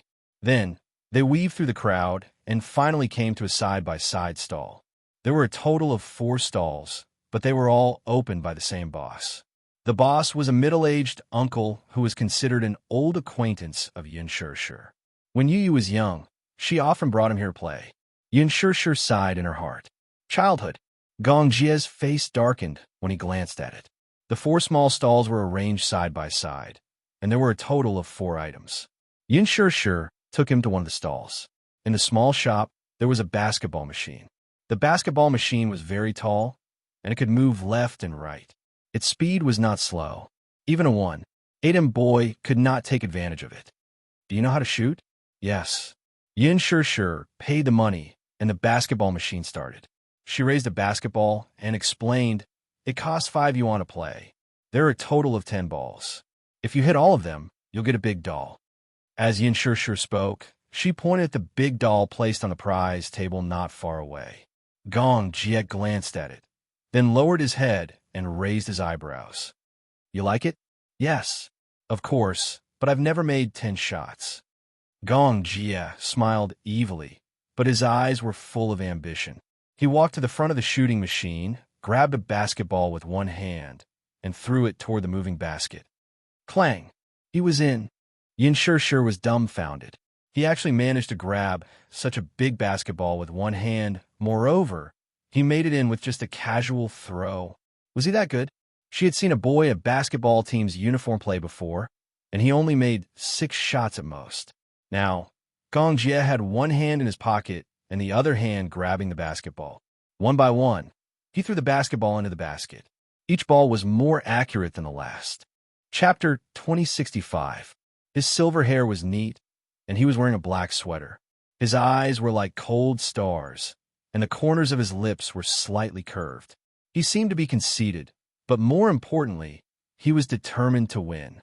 Look, that silver-haired man over there. Oh my God, he's so cool. I think a man who can pick up a basketball with one hand is the most handsome. Is he from a professional basketball team? He's so good at shooting, every shot is accurate. Also, his shooting posture is so cool. If I were the boss, I'd probably cry in the toilet. Clang! As the last ball spun around the hoop and fell into the basket, the man turned around with a smile and snapped his fingers. Yin Sure was stunned.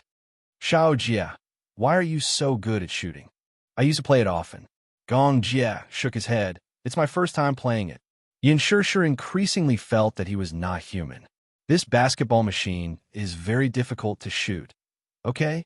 Gong Jie silently criticized in his heart. How could this be considered difficult? His dynamic vision was very good, and with his accurate aim, there was no difficulty at all.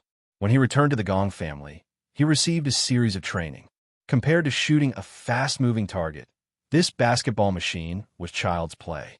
In fact, he did not like basketball, but he was interested in archery. Seeing that he easily made 10 shots, the boss was so shocked that his eyes almost popped out.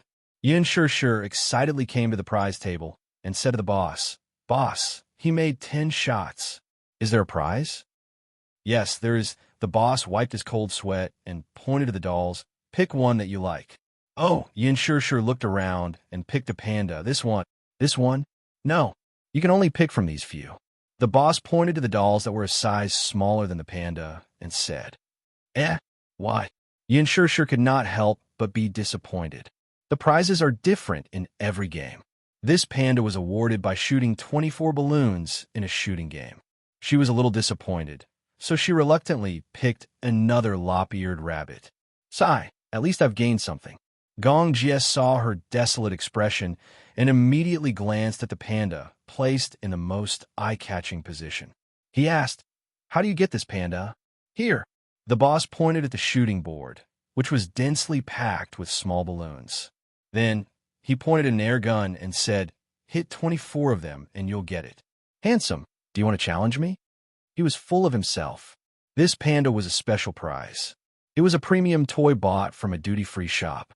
It was more than a meter long and was priced at more than 300 yuan. After opening the shop for so long, they had never won the grand prize. After all, the requirement for the grand prize was to hit 24 balloons, but there were only 25 bullets. In addition to the special characteristics of the air gun, very few people could hit 24 balloons without missing a target. Gong Jie walked to the shooting range, picked up the air gun, weighed it in his hand, and said, "Fill me up with bullets." "All right, it's 10 yuan per play." Gong Jie glanced at Yin Sure, who immediately came back to her senses and obediently took out the money. 24 shots. What a harsh condition. Basically, it was quite impressive to hit 20 shots. Yin Sure did not have any hope at all. However, since he was interested, she would have some fun. Xiao Jie had never played this game before. She would let him experience it. Chapter 2066. When Gong Jie held the gun in his hand, his entire aura was different. There was a sharp and threatening feeling to him. He aimed at a row of balloons and pulled the trigger. Whoosh! Kacha! Whoosh! Kacha! His movements were skillful and clean. After firing a bullet, he didn't even look at it. He quickly reloaded the magazine and fired again. In 30 seconds, the row of balloons all exploded. 25 balloons, not a single one fell. Yin Shishir was speechless. The corner of her mouth twitched violently. She was obviously shocked by his godly marksmanship. The owner of the game stall was equally shocked. He stared at Gong Jia with a gloomy expression. Suddenly, there was a lot of sadness on his face. All of them hit in 30 seconds. All of them hit. Not a single bullet missed its mark. Gong Jia put down the gun in disdain and said coldly, "I'm not challenging you." The owner tilted his head and looked at him as if he was an alien. At this moment, all the passers-by stopped in admiration and surrounded the game stall in 3 circles inside and outside. Yin Shishir only reacted after a long while. She walked to Gong Jia in a daze and squinted her eyes to size him up. Gong Jia turned around and saw her complicated expression. He was a little stunned. "What's wrong?" "Xiao Jia." "Yes." "Did you cheat?" Yin Shishir still felt like she was in a dream. Gong Jia was speechless. After a long while, he asked, "What does cheat mean?" Yin Shishir replied, "It means to describe a person who is so cool that he can blow up the sky." Gong Jia ignored her and walked to the prize table. Under the owner's tearful gaze, he won the panda and gave it to her. "For you." Yin Shishir hugged the doll, still unable to react. However, Gong Jia was already interested in another game. Under the owner's tearless gaze, he slowly walked to the ring throwing stall and asked curiously, "What's this?" "Hoop hoop." Yin Shishir's eyes suddenly lit up as if she had seen a god descending from the heavens. She leaned over and said, "If you manage to get 20 rings, you'll get a limited edition car model from Luji. It's a limited edition toy." When Gong Jia heard the word Luji, he glanced at Yin Shishir's extremely respectful gaze and fell silent for a moment. He cursed in his heart. "Sister, you need to work harder. Your son is the person in charge of Luji. Who knows, he might be the one who designed this toy." This game seems very interesting. He had never played Gong Jia before and felt that it was very challenging. This game was really difficult. Yin Shishir paid the bill. Ever since Gong Jia cleared 2 games in a row, the boss was a little unwilling to do business with them. He was a little unhappy to receive money. Spare him. It wasn't easy to do business. Gong Jia held 10 small rings in his hand. The difficult part of this game was that he had to plant a symbol that was half the size of a fist into a symbol that was half the size of a fist. It was very difficult. At first, Gong Jia didn't get the hang of it. He only got 3 rings out of 10. He wasn't convinced and asked for another round. When the boss saw this, he was elated. It seemed that this man also had some games that he wasn't good at. At least he could earn back some of his money.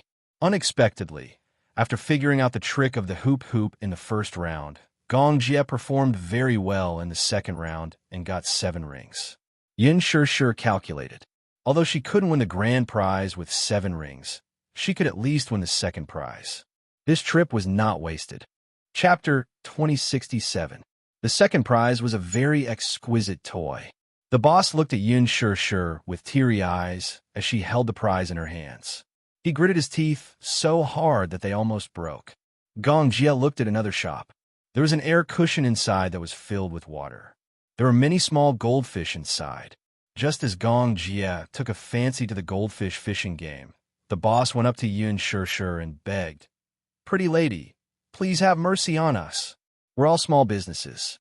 The market isn't good now, and it's not easy to do business. I'm still counting on these 4 shops to feed my family. Look, you've already won so many prizes. It should be worth it, right? Stop playing." If they continued playing, this pool of goldfish would be emptied by them. $5 for a net. As long as the net wasn't broken, they would be able to catch a goldfish every time. Just based on this man's inhuman gaming talent, she was determined to fish him out until he lost all his fortune. Yin Shishir suddenly felt that this boss was very pitiful, but Gong Jia didn't appreciate it. "Boss, since we're doing business, we have to follow the rules of the game. We didn't cheat, and we won with our own abilities. Why can't we play?" The boss was speechless. He felt wronged and said, "But aren't you a little too good at playing? Look, you won my dolls that cost more than $100 for a $5 shooting game. You won my pandas that cost more than $300 for a $10 shooting game. You won my toys that cost more than $100 for 2 rounds. You've already lost a lot of money." Gong Jie didn't listen. He spread out his hands and said, "Give me the net." The boss continued to persuade him earnestly. "I bought these goldfish for $1 each. If you take all of them away, how can I continue doing business?" Yin Shishir was a little unhappy. If others can take them, why can't we? We have to follow the rules when doing business. "Hey, pretty lady, handsome guy, take it that I'm begging you. Stop playing. I'll refund you the money you spent on the game. Okay?" He almost knelt down and begged them. Gong Jie was very stubborn. "Let me play, or I'll destroy your stall." The boss was shocked when he heard that. Yin Shishir was speechless. "Xiao Jie, you're too domineering. If he didn't let her play, she would flip the stall." However, these words were said in a very childish manner, making people not know whether to laugh or cry. Yet they felt that coming from his mouth, it was actually somewhat cute. The onlookers pointed and whispered among themselves. The boss immediately turned to the passers-by for help.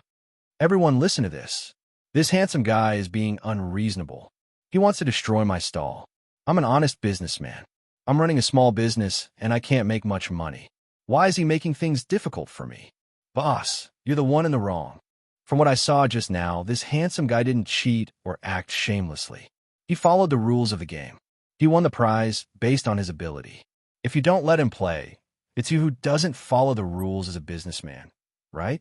At the side, a male student stood up to protest. Then, the others also accused, "So you just want to earn money from people who can't play the game well, right? You're not letting other people play after they've had enough fun. You really know how to do business. It's a free win." "Exactly. No one does business the way you do. If the handsome guy wants to play, it's not like he's not paying. He should follow the rules of the game. These kinds of small vendors are the most unreasonable nowadays. They don't say anything when they're making money, but when they're losing money, they act shamelessly. I'll complain to the city management." When the boss heard that they were going to complain to the city management, he instantly shrugged. Chapter 2068. Yin Shishir was speechless. This world was indeed a world where looks were the most important. If it were an ordinary person who was bullied by the boss, there would not be so many people standing up for him. She had lost all hope in this superficial world. In the end, Gong Jie got his wish and took the fishing net from the boss. He sat on the stool and started fishing. 1 fish, 2 fish, 3 fish. The boss's heart was bleeding as he watched from the side. He prayed that the net would break. However, Gong Jie's technique seemed to be special. He scooped up 17 or 18 fish, but the net did not break at all. The more the boss watched, the more frightened he was. However, Gong Jie scooped up more and more fish. His hands were cramping, but the fishing net did not break at all. "What the hell?" the boss said gloomily in his heart. He had clearly given him a bad net just now. Was this man a god? He had heard that Mr. Jiang used a straight fishing hook to fish. Could this guy use a broken net to scoop up a whole pond of goldfish? He had lived long enough to see this. In the end, Gong Jie got bored of fishing. He threw the fishing net into the pond and carried the bucket of goldfish to the seal. Yin Shishir counted. There were a total of 22 fish. There were so many of them. They did not have such a big fish tank at home. These were still young fish. When they grew up, Yin Shishir did not dare to imagine the grand scene of 22 big goldfish squeezed together. It would be very scary. Yin Shishir had goosebumps all over her body. "You don't like them?" Yin Shishir nodded. "I don't like goldfish very much." "Oh."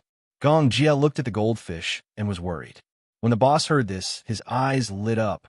Just when he thought that this man was going to put the goldfish back into the pond, he saw him walk over and pass a bag of young fish to a little girl who had been staring at him for a long time. "This is for you." For me? Really?" The little girl's eyes lit up.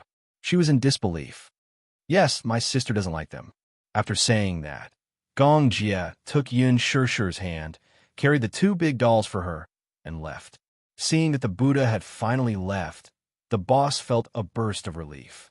At the same time, his heart ached for his loss. Sigh. This brat had wasted a day's worth of business. Along the way, Yin Shishir was still puzzled. How strange. Gong Jie lowered his head and raised an eyebrow. Yin Shishir raised her doubts. Shao Jie, you're too good at catching goldfish. Generally speaking, that kind of fishing net will break with a single grab. I've seen a good one that broke after catching 3 or 4 fish. So this was what he was curious about. Gong Jie curled his lips into a smile, but played it down. That fishing net won't break. Why are you so sure? Seeing how confident he was, Yin Shishir became even more curious. Gong Jie replied, because that's the net that the boss used to catch fish. In the beginning, the boss had given him a net that was purposely broken. Gong Jie noticed it at a glance. So when the unscrupulous boss wasn't paying attention, he secretly swapped the net that was usually used to close the stall for fish. The boss just didn't notice. Playing such a small trick on him, he didn't mind competing to see who was darker. Yin Shishir was stunned. The boss used to catch fish? Is he that kind? Maybe he took the wrong one. He definitely wouldn't tell her that he had swapped the net. It was too disgraceful and would damage his image. But Shao Jie, you're too good. Especially the one who shot the balloons. Did you specially practice it? It's my first time playing. Are you that good at games? Chapter 2069. Yin Shishir couldn't help but be speechless. She smiled and asked, did you have fun today? Just now, while he was fishing for the goldfish, she was squatting beside him. Suddenly, she felt as if they had returned to their childhood. He was squatting on the ground to catch ants while she was squatting beside him, holding her head and watching quietly. It was a closeness that they had never felt before. Gong Jie was fishing quietly, and she was watching quietly. Perhaps it was because she had matured too quickly, so every memory of her childhood was very precious. The happiness of her youth was something that could not be returned to. Some people reminisced about the past, but they were reminiscing about the time that could not be returned. Gong Jie looked at her dotingly and said gently, when I'm with sister, I'll be happy no matter what. Why is her mouth so sweet? It's as if it's smeared with honey. Yin Shishir pouted coquettishly and gently pushed his shoulder. She seemed to be disgusted, but she was full of happiness. Gong Jie suddenly hugged her shoulder. Sister, Yin Shishir was startled, but she saw him gently leaning towards her. Almost half of his upper body weight was leaning on her shoulder, and he was very attached to her. I don't want to be separated from you, he said, but there was a hint of coquettishness in his tone. Then let's not be separated for life. But you have brother-in-law. Gong Jie was resentful towards a certain man. Yin Shishir was silent for a moment. You'll get married and have children in the future. I don't want to. Gong Jie was disdainful. I don't want that. I don't want a wife. I want sister. Yin Shishir felt sweetness in her heart, but there was also an inexplicable bitterness. Was this kid acting coquettishly with her? The problem was that his coquettishly skill was comparable to Yu Yu's. It was the same possessiveness as Yu Yu's. They were uncle and niece after all. Their way of acting coquettishly was similar. She had heard a story before. It was said that the twins were lovers in their previous lives. Because they loved each other, they couldn't stay together until the end because their obsession was too deep. In the previous life, if 2 lovers died for love, in the next life, they would become twins. They would be together before they were born, and in this life, there would be an unbreakable bond. They would be together, but they would not be able to love each other. This was God's reward for their loyalty and love, but it was also a punishment for not cherishing their lives.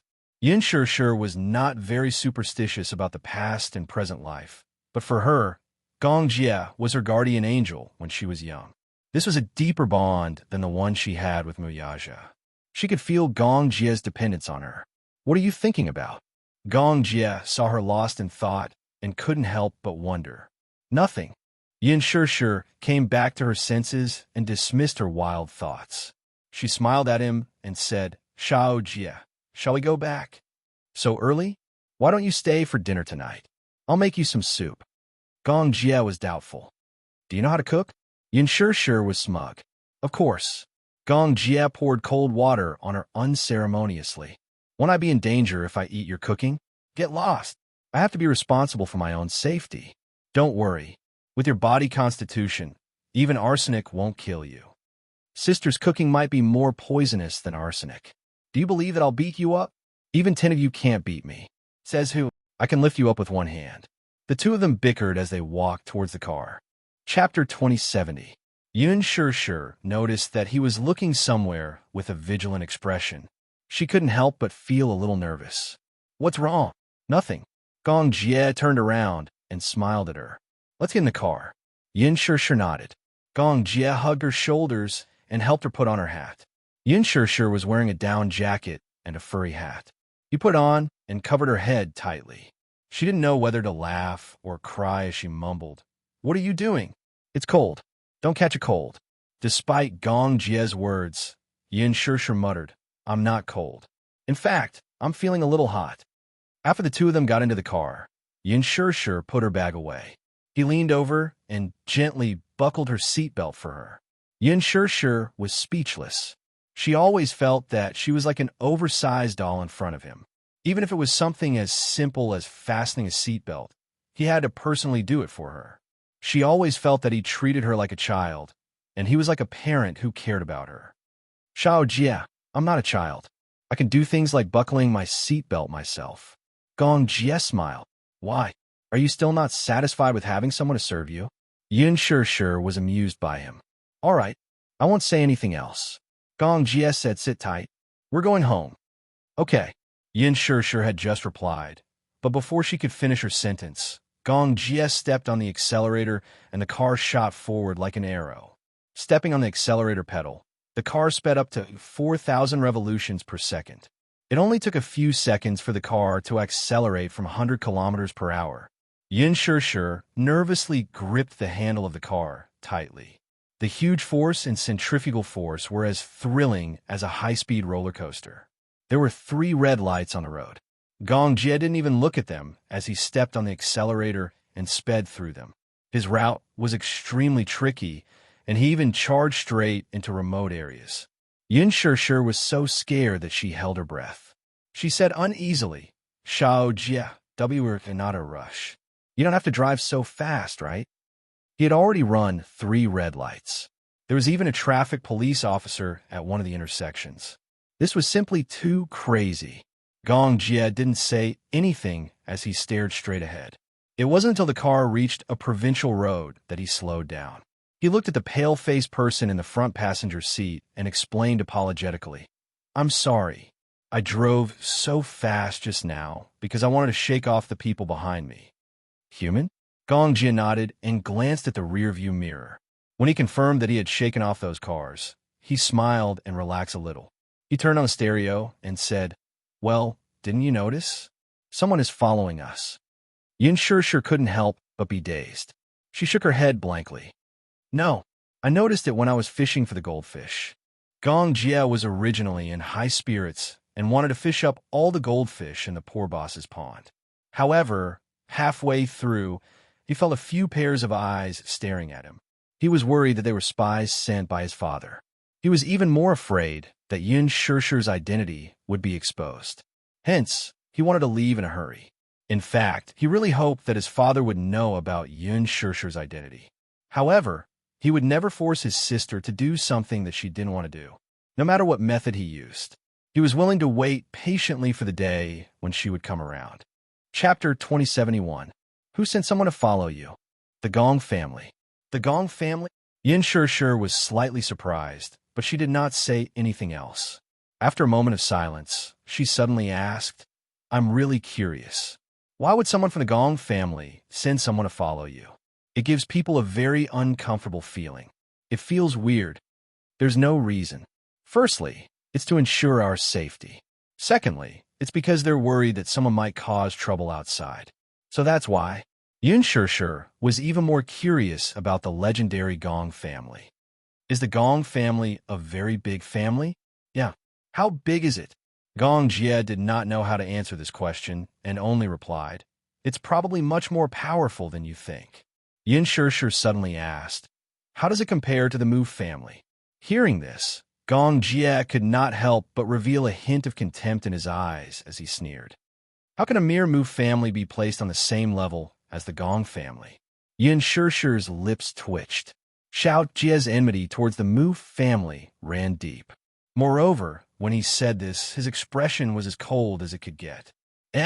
She suddenly remembered something.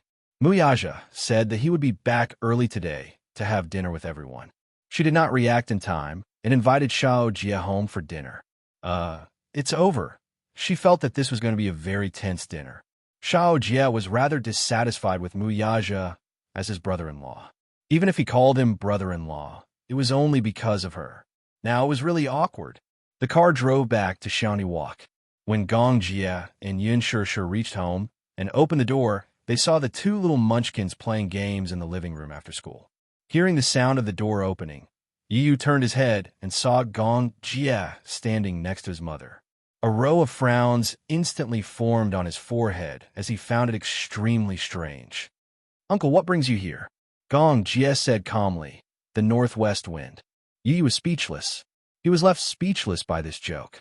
When Xiao Chen saw him, he was also stunned for a moment. Suddenly, he smiled and said, "Uncle, are you here to freeload dinner?" Gong Jie said shamelessly, "Yeah. On the way here, I heard from your mommy that Chef Yu's culinary skills are comparable to a 5-star chef. I'm here because I want to try your cooking skills and see if they're as top-notch as the rumors say." Xiao Chen was speechless. There were even people who shamelessly described freeloading in such a refreshing and refined manner. The corner of Yu's eyes twitched violently again. Had he been betrayed by his mommy? He didn't want to cook a feast tonight. Yin Shirshir poured a glass of water and asked Gong Jie to sit down. Then, she inched over to Yu and coaxed, "Yu, why don't you make an exception tonight and show off your cooking skills to your uncle?" "Mommy, you're cheating. It's not my turn to be on duty tonight." While Yin Shirshir was resting, Yu was relieved to be on duty during the new year. He and Mommy took turns to be on duty and did all the housework. Today, it was his turn to rest. Mommy wanted to coax him into cooking again, so he refused. Other than Mommy, he wasn't interested in cooking for anyone else. Moreover, showing off his culinary skills was extremely boring. Not everyone wanted to eat his cooking, but he was willing to do so. Cooking was very tiring. Okay? Picking vegetables, buying vegetables, picking vegetables, washing vegetables, cutting vegetables, stir-frying vegetables, arranging dishes. Chapter 2072. Yu sat lazily on the sofa and refused to move. Yin Shirshir tried to coax him for a long time, but he remained unmoved. Gong Jie provoked coldly, "Sister, you said that he knows how to cook. Are you bragging?" Before Yin Shirshir could say anything, Yu, who was standing at the side, coldly snorted. It was clear that he would not fall for his trick. "Cut out. Goading doesn't work on me." Gong Jie gritted his teeth. This kid was really smart and crafty. Yin Shirshir was amused. Why did this uncle and niece seem to have known each other for a long time? Their way of communication was so unique. But what she didn't know was that the two of them had known each other for a long time. At one point, they were sworn enemies who were secretly competing with each other. In the past, before Gong Jie and Yu met, the two of them disliked each other. Until later, when they met, there was still some tension between them. Yin Shirshir pleaded, "Yu, please. Mommy promised your uncle to have dinner with us tonight. Mommy's cooking is not good. Uncle is afraid that he will get food poisoning after eating Mommy's cooking. Uncle is very pitiful. He's all alone and has no one to cook for him. Just be nice." Gong Jie's lips twitched when he heard this. Yu smiled when he heard this. Then, he looked meaningfully at Gong Jie and said arrogantly, "Since Uncle is all alone, I'll reluctantly agree to Mommy's request." Reluctantly? Why was it so difficult to get a free meal from him? "Mui Chen." Yu suddenly stood up and called out, as if he was summoning a mythical beast. Xiao Chen quivered. He had a feeling that something bad was going to happen. He looked up warily. "What? Go grocery shopping with me?" No. He knew that something bad was going to happen. When they needed to run errands, he was dragged into it. As for other good things, he had never thought of him. What a heartless brother. "Let's go." Yu grabbed Xiao Chen's arm and walked out the door with their arms around each other's shoulders. Yin Shirshir didn't know whether to laugh or cry as she watched the two children leave. When she turned around, she saw that Gong Jie had stood up and walked into the back garden. He stood in the garden and stared at the garden full of Chinese roses, his eyes widening slightly. Rose? Yes, Gong Jie murmured. Did you plant all these yourself? Yes. Yin Shishir walked to his side and followed his line of sight. Her gaze was gentle as she said, I usually take care of these Chinese roses. How about it? Does it look good? Gong Jie's expression softened a little in an instant. Yes, my mother loved Chinese roses the most when she was alive. I still remember the small flower bed behind the house I lived in at that time was filled with roses. When my mother was free, she liked to take care of those flowers. He walked over slowly and squatted down as if he had lost something. He reached out to touch a Chinese rose and frowned sadly. Since I was young, I've always dreamed of having my own backyard and planting many Chinese roses. I don't know if it's a genetic preference. I planted roses and orchids, but in the end, I still like Chinese roses the most. Hence, I decided to plant all Chinese roses in the garden. However, my culinary skills are not as good as hers. The Chinese roses that I planted will not look as good as the ones that she took care of. No, Gong Jie shook his head. I think it's very beautiful. Chapter 2073. In his memory, Mu Qing-chung had beautiful hair that reached her waist. In her free time, she would tie her hair up gently with a silk ribbon and take care of the flower garden with her tools. Usually, she loved to study the art of flowers. After leaving the Mu family, she used her skills to work in a flower garden. Her craftsmanship was much appreciated. He also had quite a reputation in that field. The more Gong Jie looked at these flowers, the sadder he felt. The scariest thing about people was their memories. The more beautiful the memories were, the more painful it was to lose them. The scene in his memory suddenly shattered. When Gong Jie came back to his senses, he was shocked to find that a tear had fallen from the corner of his eye. Why was he crying? He had never shed a tear in more than 10 years. He had thought that his heart had become as hard as a rock. Little did he know that he still had a soft spot in his heart. Yin Shishir looked at him helplessly. Looking at his slightly wet eyes, she hurriedly wiped them away for him. Shao Jie. Gong Jie's lips curled into a smile. Beautiful scenery doesn't last forever. Yin Shishir was stunned and sighed in her heart. Yes, that's why we have to cherish what we have now. I'm so tired. Shao Yiqin pushed open the door, panting like a cow. He huffed and puffed as he placed his hands full of vegetables on the shelf. Yu came back from grocery shopping. When he opened the door, he saw Gong Jie sitting at the table, playing with the spoils of war that he had won from the game that day. He was playing with the toys developed by Laji Holdings with great interest. Yu glanced at him and saw that Gong Jie had taken apart the toys and was studying them curiously. Uncle is still a child at heart, he said coldly. Yin Shishir popped her head out of the kitchen and smiled. Is Master Yu back? Yes, I'm back. I've already cooked the rice. Yin Shishir said eagerly. Yu waved his hand like a general. You may leave. Leave the rest to me. All right. Yu carried the vegetables into the kitchen. She quickly picked, washed, and cut the vegetables. Half an hour later, Gong Jie heard clanging sounds coming from the kitchen. The sound of the kitchen knife hitting the chopping board was so loud that it attracted his attention. He walked to the kitchen door in admiration and saw Yu standing on a small stool. She held a kitchen knife in one hand and pressed the onions with the other, cutting them into pieces. -0. The scene of Lil Munchkin cooking was too shocking. His mouth formed an O shape. My Yu is awesome.